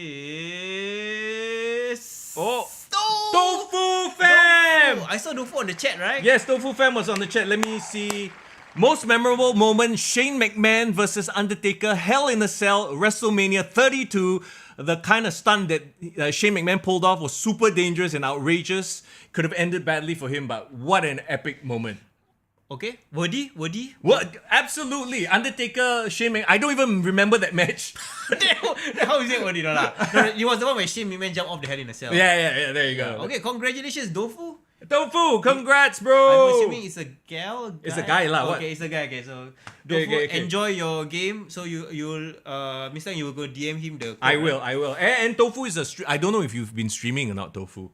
But yes, feel free to stream the game. Okay. Give him a shout out. Absolutely. All right. Okay. So on our bigger platform, our Instagram winners. Okay, come on to Instagram. Here we go. Look at all you guys. Awesome comments. Okay. Come, are you ready? Okay, give me drum roll, bro. Give me drum.